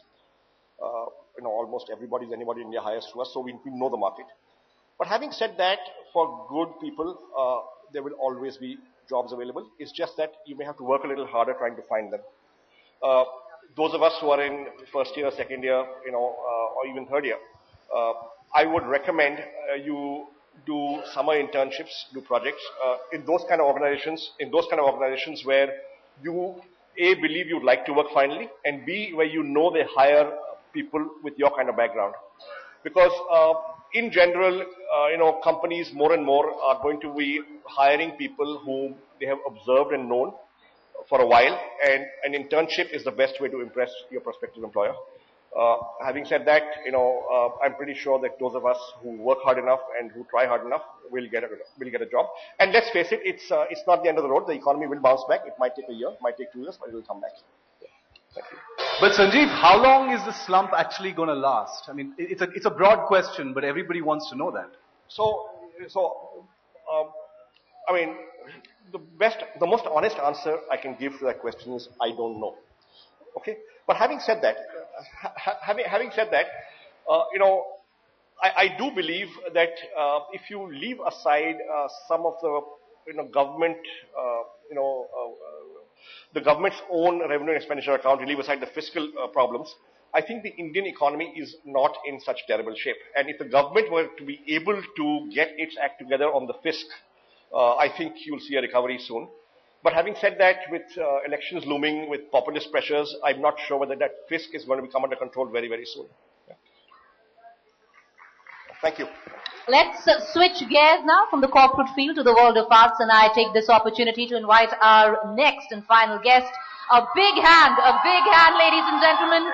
Ali Zafar, the most successful crossover star from Pakistan.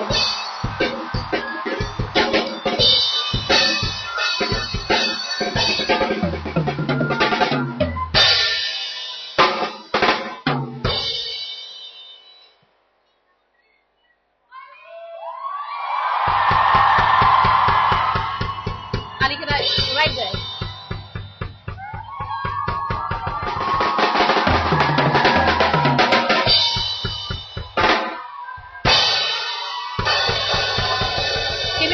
Everybody to take their seats. Can we please request everybody to take their seats? It'll all make it easier. He's going to be speaking, but let's all get back to where we were sitting. We'll need people not to get up on stage because there is a security issue. So if you you will get a chance to shake hands with Ali. We'd want everybody to go back and get to their seats. We're not going to let Ali talk before that. So please get back to your seats, and he's going to... All right, ladies and gentlemen, give it up, Ali Zafar. Thank you very much. Good afternoon, everybody. Yes, I love you too. Thank you. Normally when I step on to the stage, I'm required to sing as soon as I go on stage. It's the first time that I'm required to talk.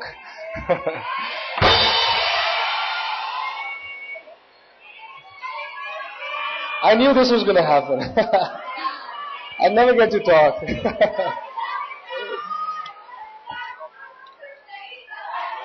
Yeah. थोड़ा सा तेज हूँ, ज़्यादा नहीं. चलो. पहले गा लो या बात कर लो या क्या करूँ? अच्छा, should I sing in the end? I must abide by the formalities. अच्छा, मैं बताता हूँ कि मैंने गाना शुरू कैसे किया. ये गाने बने कैसे, यहाँ तक कैसे आए. Those of you who haven't been through Wikipedia. I come from a very humble background. My parents were professors, teachers. My mother was a librarian when I was born. Then she is now the first Fulbright postdoc scholar from Pakistan. My father was the chairman of Fine Arts Department. And so I was lucky to have been born in a family which was into literature and art. Although we were struggling because we used to live at my grandfather's place and मतलब हम महीने में ice cream एक दो दफा ही खा सकते थे. तो जब बड़ा हुआ तो रियलाइज किया जब 16 साल का था कि उर्दू बोलने की प्रॉब्लम तो नहीं है इंग्लिश में. तो जब 16 साल का हुआ कॉलेज गया तो पता लगा कि लड़कियों को वो लड़के बड़े अच्छे लगते हैं जो गाना वाना गाते हैं. तो मैंने सोचा कि इम्प्रेस करने के दो तरीके हैं. या तो बहुत बड़ा इंटेलेक्चुअल होना पड़ेगा या फिर मैं गाना गा लूं थोड़ा बहुत. तो मैंने एक्चुअली ये रीजन नहीं थी, लेकिन बाहर मैंने गाना शुरू किया. म्यूजिक सोसाइटी थी हमारे कॉलेज में, वहाँ एक हार अभी भी है. गवर्नमेंट कॉलेज में. वहाँ एक हारमोनियम पड़ा होता था. काफी बेसुरा गाना शुरू किया मैंने. और खैर अभी भी इतना सुरीला नहीं हूं, लेकिन कोशिश करता हूं. तो अच्छा ना करो ना.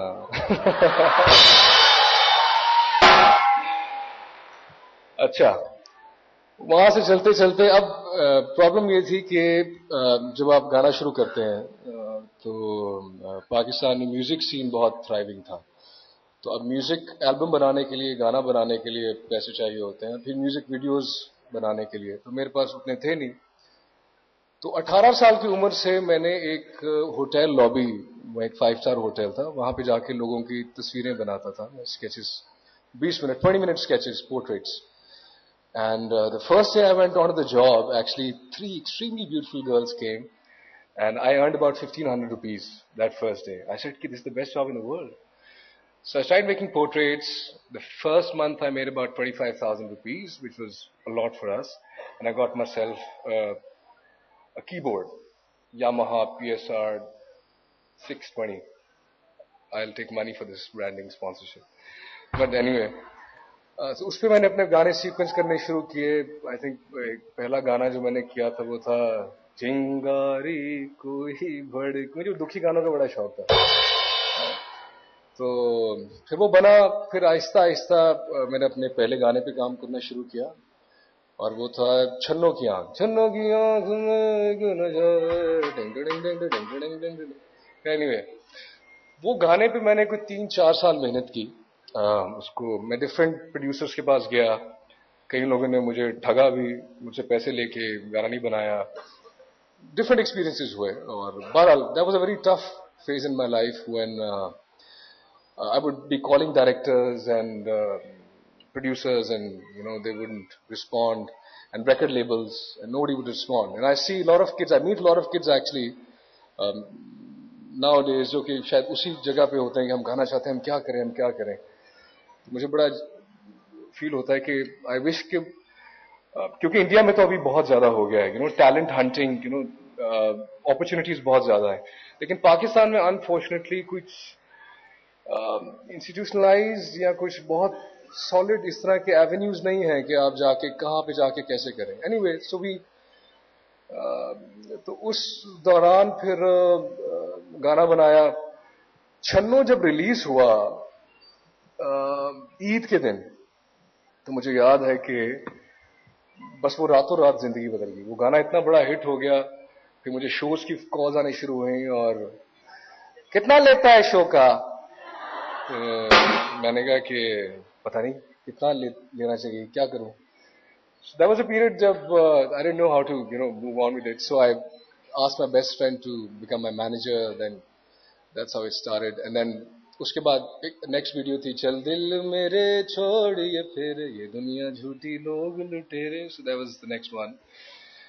And then I did a lot of concerts, toured the world.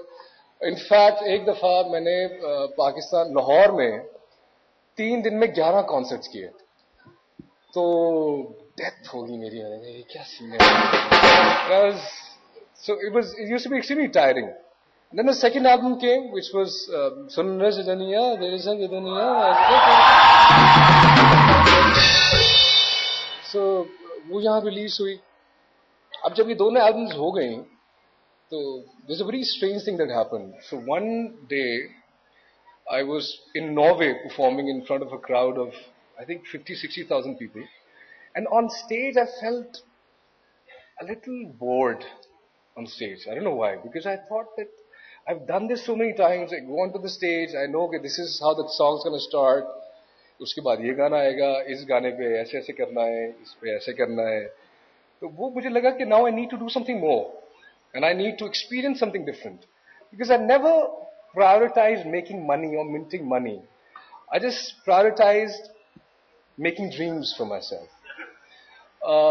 And I always thought कि यार मुझे लगेगा कि मैं successful तब हूँ जब मैं वो चीजें करूँगा जो शायद ना की गई हों पहले, मैं सोचा ना गया हो कि कैसा है. बात छिड़ी कि एक्टिंग में, चूंकि unfortunately again Pakistan film industry was going through a bad, rough phase. It still is. luckily our neighbors right there, and the biggest film industry in the world is just 45-minute flight from, मतलब Lahore to Delhi की flight 45 minute की है. अच्छा, उसी दौरान जब मैं ये सोच रहा था कि यार अब I could explore this side, तो मुझे 3 फॉर्चुनेटली उस वक्त कॉल्स आई थी. एक थी एक रोमांटिक फिल्म की, बॉय गर्ल. एक थी सिंगर, स्टार वो बनता है और फिर कुछ हो जाता है. और एक थी Tere Bin Laden. So I was now contemplating कि यार traditionally somebody who's singing and somebody who's not a good actor as myself, तो उसको पहला चीज क्या करनी चाहिए. तो ट्रेडिशनली ये बनता था कि भाई आप रोमांटिक हीरो बने, रोमांटिक पिक्चर होनी चाहिए और आपके गाने होंगे, या फिर आप सिंगिंग स्टार बने इस तरह. आई डोंट नो व्हाई जब मैं आया यहाँ और मैंने तेरे बिन लादेन की नरेशन सुनी अभिषेक शर्मा से, तो उस वक्त फिर रीजनिंग और बाकी चीजें अपनी जगह रह गई, लेकिन लगा कि यार यही है जो करना है. Because this movie is saying something also, which I don't think that every movie should have a message and it should say something. Entertainment is also entertainment, wo apni jagah. But I just felt that it'll be just a lot more challenging for me to do something that I thought that it'll be harder for me to do, which would be to play an unconventional role, that to a Pakistani, and that to having the world's biggest terrorist. And so you have to understand that the political situation in Pakistan is pretty turmoil. So over there, ये जो issues होते हैं ये बहुत से different तरीकों से देखे जाते हैं कि कौन क्या किस तरह कैसे कर रहा है. But anyway, I don't know. I went on with my gut and I signed Tere Bin Laden. When I signed Tere Bin Laden, I obviously had to. मुझे बहुत से कॉन्सर्ट छोड़ने पड़े. अब हर कॉन्सर्ट के पैसे तो आ रहे होते हैं, तो जब भी छोड़ते हो तो उसका मतलब है कि ये गया. But I thought again was कि यार एक दफा मैं अपनी जिंदगी को डेडिकेट कर दूं ये time, because I believed in it, I believed in the film, and so it happened. So Tere Bin Laden released. उस वक्त एक बड़ी इंटरेस्टिंग चीज ये है, और वो बात मैं इसलिए मेंशन यहाँ करना चाहूंगा बिकॉज मुझसे बहुत ज्यादा पूछा भी जाता है, और पाकिस्तान में लोग पूछते हैं कि तो इंडिया में जाके काम करना कैसा है और वहां पर कैसे ट्रीट करते हैं आपको लोग. तो मैं उनसे ये कहता हूं कि मैं कैसे बताऊं आपको कि कैसा है, आप खुद आके देखिए. अगर देख सकें, मुझे तो बहुत अच्छा लगता है, बहुत ही अच्छी तरह लोग ट्रीट करते हैं, और मैं तो वही बता सकता हूं जो मेरी एक एक्सपीरियंस है.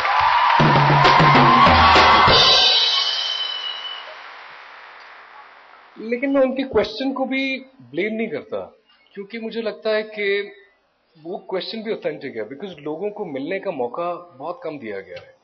जब मैं पहली दफा इंडिया आया 2004 या 5 में, तो मैं थोड़ा डरा हुआ था, सहमा हुआ था कि यार इंडिया आया. बचपन से एक चीज इतनी वो दोनों साइड पे, आई थिंक वो एक पूरा एक reality is so different from perception. It's you learn that later on. और कई लोगों ने, थोड़े कम लोग ऐसे भी होते हैं जो कहते हैं कि नहीं, इंडिया में पाकिस्तानी एक्टर को क्यों स्टार बनाएंगे, हीरो क्यों लेंगे. और मैं हमेशा कहता था कि नहीं, मेरा ऐसा ख्याल नहीं. मैं हमेशा ये सोचता हूं कि अगर आप सच्चे दिल से, अच्छी नीयत से, सिंसेरिटी के साथ, ऑनेस्टली अपना सिर्फ काम करें एज एन आर्टिस्ट, तो दुनिया खुली पड़ी है आपके लिए. ऐसा नहीं सोचना चाहिए कि तो. और वो आई थिंक मैंने बातों से नहीं, शायद वो करके मैंने नहीं दिखाया, वो मुझसे हो गया. And I think this is a big proof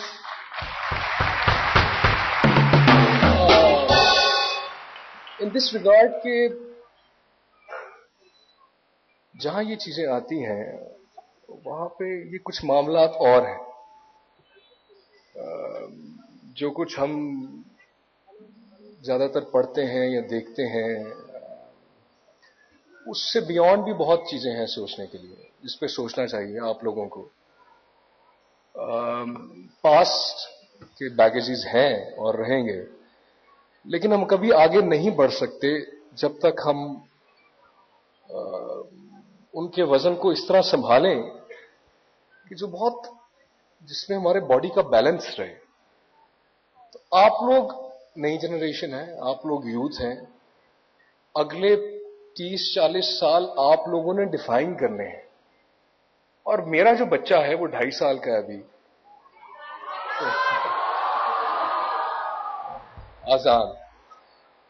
तो मुझे उसका फ्यूचर डिसाइड करना है कि यार क्या मैंने अजान को वही टाइम देना है जो मैंने जिया of struggle and little bit of hatred, little bit of misunderstanding and misconception, या मैंने उसको एक क्लियर और एविडेंट और एक और तरह का फ्यूचर देना है जिसमें इस तरह के इवेंट्स, इस तरह का मिल बैठना, ऐसे लोगों से मिलना, आपसे मिलना, आपस में बातचीत करना और ज्यादा हो. तो और आज बड़ा अच्छा दिन है, बल्कि आज इनवाइटेड था. पाकिस्तान में एक बहुत बड़ी चीज हो रही है, आपके मिनिस्टर वहां गए हुए हैं. New document is being signed in the evening, I think tomorrow tonight, जहां पे वीजा पॉलिसीज जो है लोगों को आना जाना जो है वो आसान किया जा रहा है. तो होपफुली इफ दैट हैपन्स तो फिर मैं और आऊंगा यार, और बैठेंगे और गपशप करेंगे, और आप लोग भी आइए, बड़ा मजा आएगा.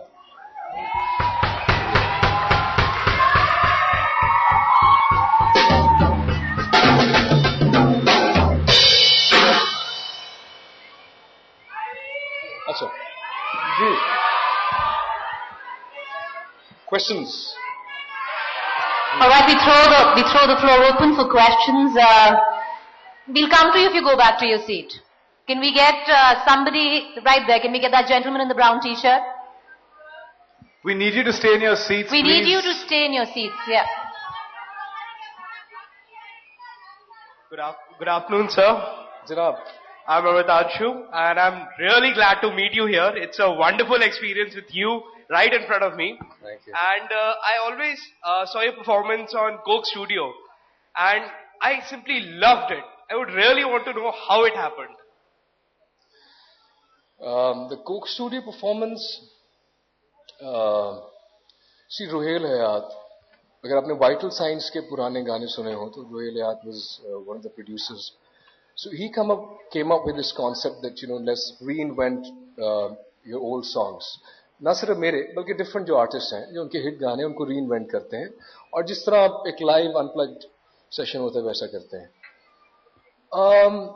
उस वक्त उसमें फिर एक हमने सेशन किया था कोलैबोरेशन का, जो था अल्लाहू, जो कि साईं तुफैल के साथ मैंने रिकॉर्ड किया था. एक फोक tune. Okay, we're going to get Ali to sing in just a bit. We're going to take a couple of questions more, Ali, before we get you to sing. Okay, the student right there, the school student right there, the girl. Yeah, go ahead. अच्छा, पहले मैं इनका थोड़ा सा खत्म कर दूं जवाब. अच्छा, उसमें वी थॉट, उसकी जो फिलॉसफी थी कोक स्टूडियो की वो ये थी कि ये जो पूरा एरिया है बड़े सगीर का, सब कॉन्टिनेंट, ये क्या है, ये हमसे क्या बोलता है. क्या हम बहुत ज्यादा जो वेस्टर्न टोनैलिटी है उस तरफ बहुत ज्यादा तो नहीं शिफ्ट हो रहे, और हमारी जो रूट्स हैं वो हमसे क्या बात करती है, हमारा कलाम क्या है. तो हमें लगा कि हमारा जो सूफिया कलाम का जो कलाम है, जो उन्होंने जो बात की हुई है, बाबा बुल्ले शाह, बाबा फरीद, और जो हमारी अपना फोक है, उसमें जो ताकत है, उससे जो हमारा एक रिलेशनशिप है वो कभी जा नहीं सकता. और हमारी रिस्पॉन्सिबिलिटी बनती है कि हम यूथ को उससे रूह शनास कराएं. रूह शनास माने to make them familiar with that. तो उस पे फिर हमने फिर फोक को लेके आए, and then it was packaged in a way with fusion and modern instrumentation, but keeping in mind the Eastern classical tonality. If you look at Coke Studio, most of the songs you won't find an E major and B major and F sharp minor.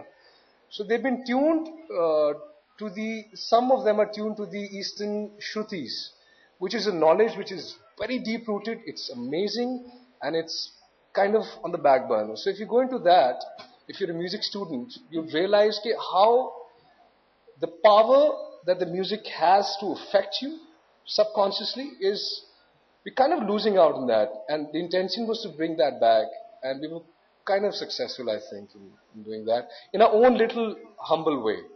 I mean, छोटी सी कोशिश थी, पूरा समंदर है, एक दरिया है, उसके अंदर आप कतरे का भी कतरा समझ लीजिए थोड़ा सा. Hi, my name is Amira. I wanted to ask you, do you think your good looks have contributed significantly in the advancement?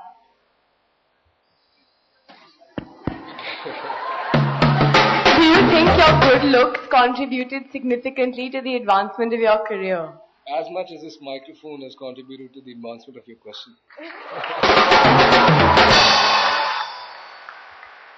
It's also a hindrance, by the way. That's right. Let's take a question from the back there. That lady who would come right up earlier. Can we just get the mic to her, please? Hi, Ali. I would like to firstly say that I'm in love with Sundar Sajanya. And you too, Ayushmann. Yeah, and I've written the song for Ayushmann, actually. And yes, my question is, when you were doing Mere Brother Ki Dulhan, were you under pressure working with people like Katrina Kaif and Imran Khan? Actually, I was lucky and fortunate. Both of them are extremely nice people. Actually nice. Like Imran Khan, तो मतलब ही इतना एक gentleman है वो कि उससे आप niceness और sweetness के अलावा कुछ expect नहीं कर सकते. और कटरीना जो है वो हाँ बहुत मुझे एक्चुअली उनके साथ काम करने के दौरान पता चला कि वो कितनी बड़ी स्टार है, क्योंकि वो जहां से गुजरती थी लोग दीवारें तोड़ के गिर रहे होते थे. तो मैंने कहा अच्छा ये क्या सीन है. So yes, but she was also very nice, very professional. So I was lucky again. So I didn't feel any. And Ali, can we have Sundar Sajanya? Yes, Ali, can we please have a few songs from you before we let you go? Yes.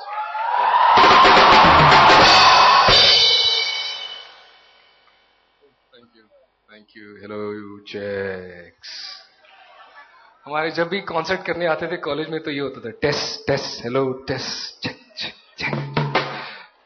अच्छा, so we'll all sing together. कैसा गाने का बात मालूम? Sir इजाजत है? With your permission. A big Anu Malik fan. He's been a huge inspiration, given such fantastic songs.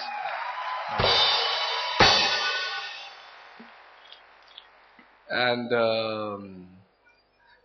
Ayushmann, I saw the film in the flight, and I was like, damn man, I wish I had done that. It was so nice. And Imtiaz Ali, all the girls in Pakistan love Imtiaz Ali.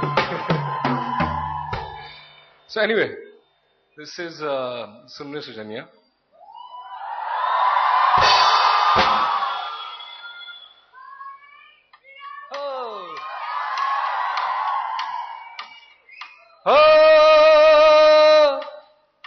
सोचा क्या कभी ये तूने कि मैं तेरा कौन हूँ, कभी तूने ये सोचा क्या कि तू मेरी कौन है.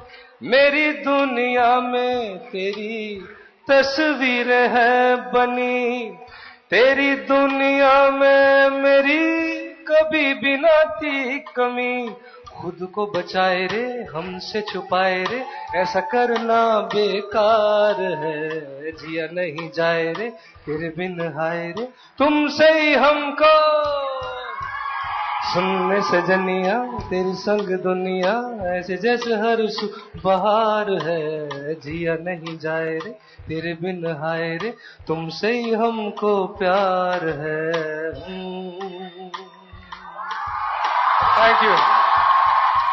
Thank you very much. Thank you for this opportunity. Thank you for this honor. Thank you.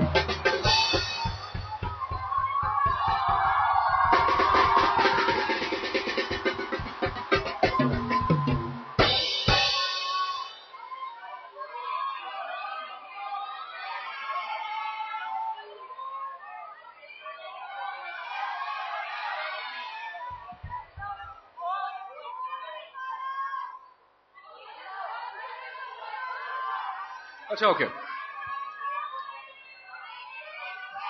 झूम के वो देख हो मियां हो मियां हो मियां हो मैंने तुझे देखा हंसते हुए गालों में बेज़र ख्यालों में हुस्न के हवालों में सोनी के बालों में पीतल के थालों में मट्टी के प्यालों में पीतल के थालों में जितनी तू मिलती जाए उतनी लगे थोड़ी थोड़ी जब भी तूने अंगड़ाई आके मेरे ओरी तो दिल झूम झूम चले झूम झूम चले सोने यार दिल झूम झूम चले झूम झूम चले सोने यार.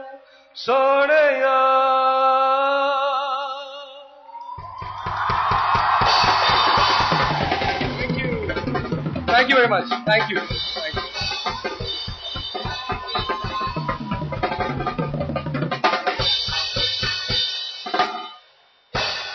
Thank you, Ali. Well, how many of you folks would like to have more Pakistanis at the summit next year? So I'm hoping that Ali will help us bring more Pakistanis next year as well. Obviously, everyone loves you guys. I know nobody wants this session to really get over. Everybody's got questions, but I've got one generic question because this is a youth summit before we end this particular session. It's not as easy as it sounds, the question. What is the one quality or sentiment you think is indispensable for a young person in India today? They have to have it. Let's start with Mr. Malik. Please repeat your question again. The one quality, Anuji, which all young people should have no matter what today. Honestly speaking, I think if I take me as an example, when I started out, was the one and only thing, the zeal and the drive to make it very big for this great country called India.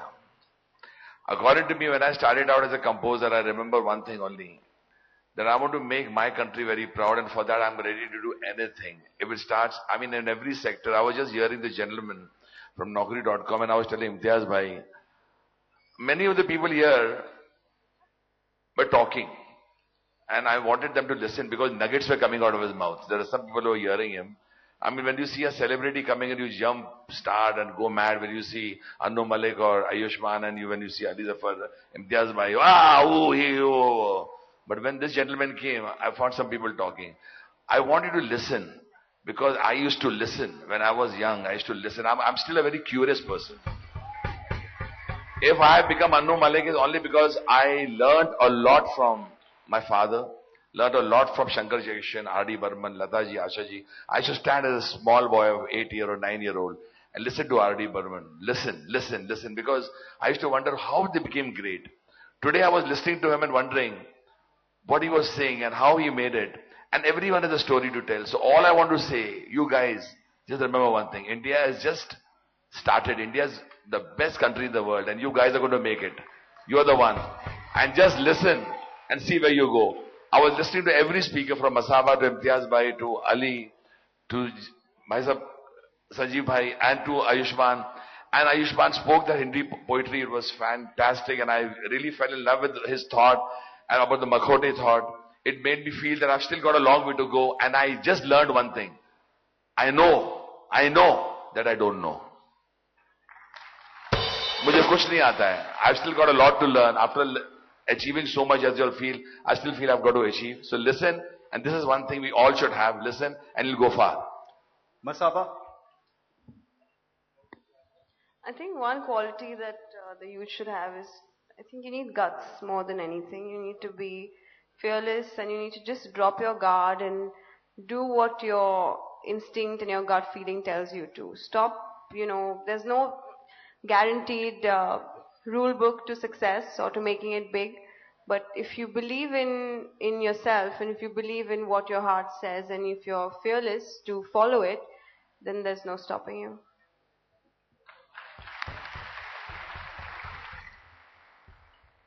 I have nothing very profound to say, except for the fact that talk to yourself. You will find something very interesting in each conversation you have with yourself. Don't be embarrassed. Talk to yourself in the mirror. Talk to yourself when other people are not watching, when they are watching. Because the only person who can ever tell you what to do, what decision to take is always and only going to be yourself. It's not a selfish statement. Everybody's view is very important. But to be in touch with yourself, I think, is something that I will propound. I will encourage. Everybody has a story. You've got to really listen in, as Anuji said, very carefully to figure out what your story is, because that is what is going to happen in your life ultimately. I think it's very important to know yourself. Thanks. Even the famous poet Bulle Shah, he was like, Ki jana main kaun. Even Ali Zafar's Twitter bio reads, Ki jana main kaun. I think the whole life we try to gauge who are we, हम हैं कौन. और वो जानना बहुत जरूरी है कि हम कौन हैं, हमारी खामियां क्या हैं, हम क्या कर सकते हैं. And as Anuji said, it's very important to be receptive. We are very bad receivers. It's always good to be a good listener. Maybe we evolve every second, every minute, every moment, I think. I think as youth, we are the flag bearers or maybe the future of tomorrow, the opinion leaders of tomorrow. India is a young country. The average age of a country is 27. So I think it's going to be you guys, the youth, us, to think about the future or maybe, to know ourselves really well.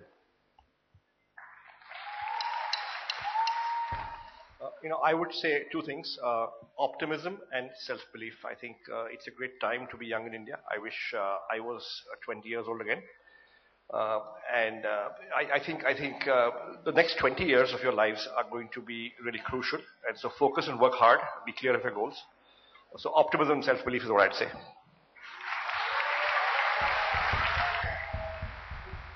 A very famous painter said that it's 97% perseverance and only 3% talent. So I think perseverance is very important.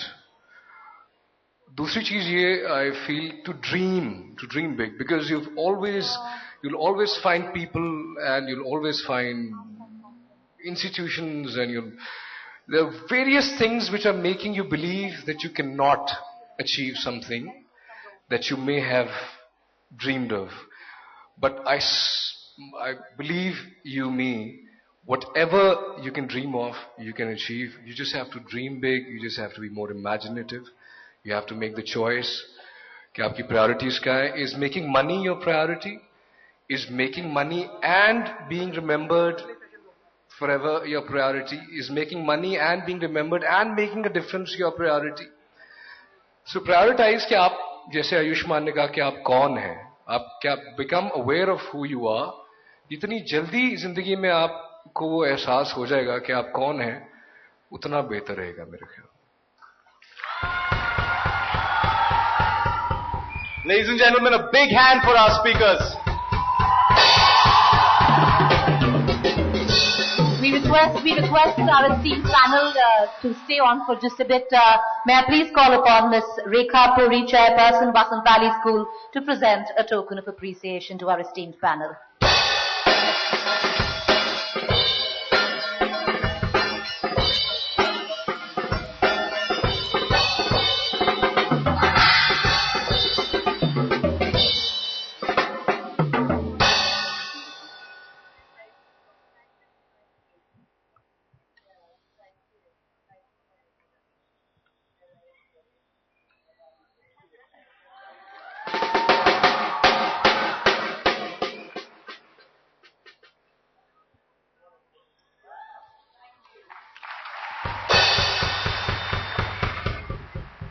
Thank you. Big hand for our guests.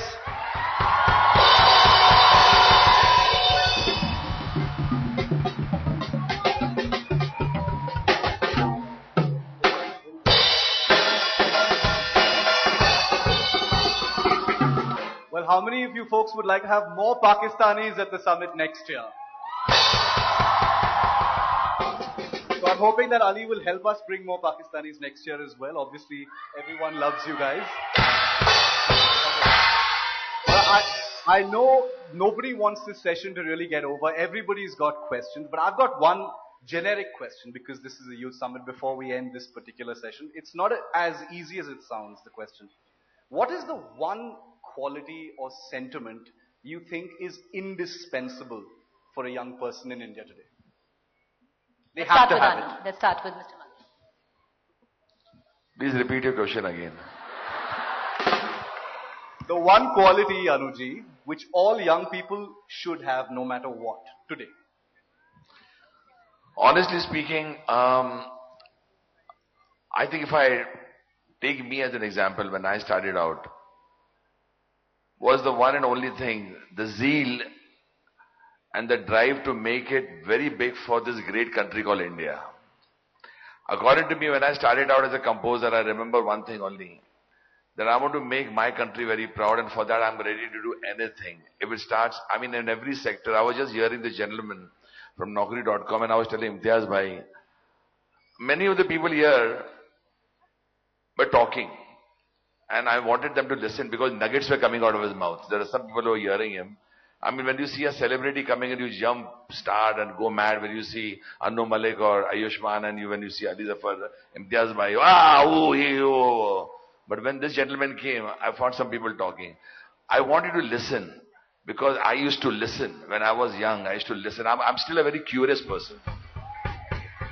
If I have become Malik, it's only because I learned a lot from my father, learned a lot from Shankar Jaishan, R.D. Burman, Lataji, Ashaji. I used to stand as a small boy of 8-year or 9-year-old and listen to R.D. Burman. Listen, because I used to wonder how they became great. Today I was listening to him and wondering what he was saying and how he made it. And everyone has a story to tell. So all I want to say, you guys, just remember one thing. India has just started. India is the best country in the world and you guys are going to make it. You are the one. And just listen and see where you go. I was listening to every speaker from Masaba to Imtiaz bhai to Ali to Sanjeev bhai and to Ayushmann. And Ayushmann spoke that Hindi poetry. It was fantastic and I really fell in love with his thought and about the Makhote thought. It made me feel that I've still got a long way to go and I just learned one thing. I know that I don't know. मुझे कुछ नहीं आता है. I've still got a lot to learn. After achieving so much as you'll feel, I still feel I've got to achieve. So listen, and this is one thing we all should have. Listen, and you'll go far. Masaba?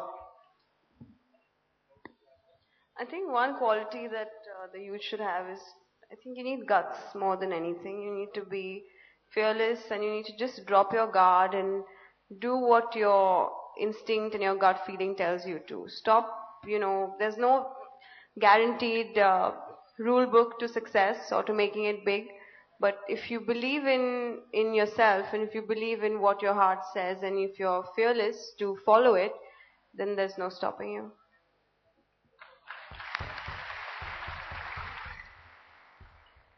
I have nothing very profound to say, except for the fact that talk to yourself.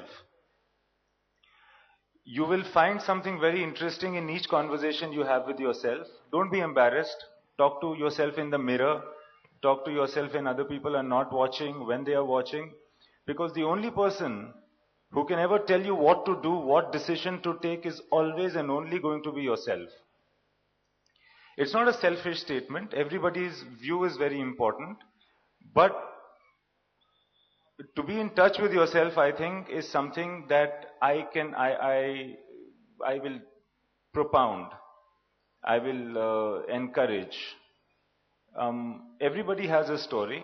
You've got to really listen and, as Anuji said, very carefully to figure out what your story is, because that is what is going to happen in your life ultimately. I think it's very important to know yourself. Thanks. Even the famous poet Bulle Shah, he was like, Ki jana main kaun. Even Ali Zafar's Twitter bio reached, Ki jana main kaun. I think the whole life we try to gauge who are we, हम हैं कौन. और वो जानना बहुत जरूरी है कि हम कौन हैं, हमारी खामियां क्या हैं, हम क्या कर सकते हैं. And as Anuji said, it's very important to be receptive. We are very bad receivers. It's always good to be a good listener. Maybe we evolve every second, every minute, every moment, I think. I think as youth, we are the flag bearers, or maybe the future of tomorrow, the opinion leaders of tomorrow. India is a young country. The average age of a country is 27. So I think it's going to be you guys, the youth, us, to think about the future, or maybe, to know ourselves really well.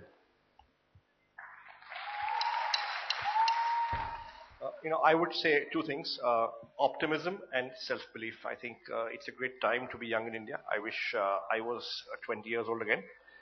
I think the next 20 years of your lives are going to be really crucial. And so focus and work hard, be clear of your goals. So optimism and self-belief is what I'd say.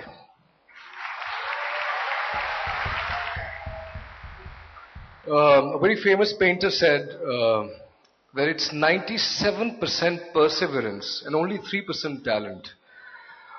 So I think perseverance is very important. दूसरी चीज ये, I feel, to dream big, because you'll always find people, and you'll always find institutions, and there are various things which are making you believe that you cannot achieve something that you may have dreamed of. But I believe me, whatever you can dream of, you can achieve. You just have to dream big. You just have to be more imaginative. You have to make the choice कि आपकी priorities क्या है. Is making money your priority? Is making money and being remembered forever your priority? Is making money and being remembered and making a difference your priority? So prioritize कि आप, जैसे आयुष्मान ने कहा कि आप कौन हैं, आप क्या become aware of who you are. जितनी जल्दी जिंदगी में आपको वो एहसास हो जाएगा कि आप कौन हैं, उतना बेहतर रहेगा मेरे ख्याल. Ladies and gentlemen, a big hand for our speakers. We request our esteemed panel to stay on for just a bit. May I please call upon Ms. Rekha Puri, Chairperson, Vasantali School, to present a token of appreciation to our esteemed panel.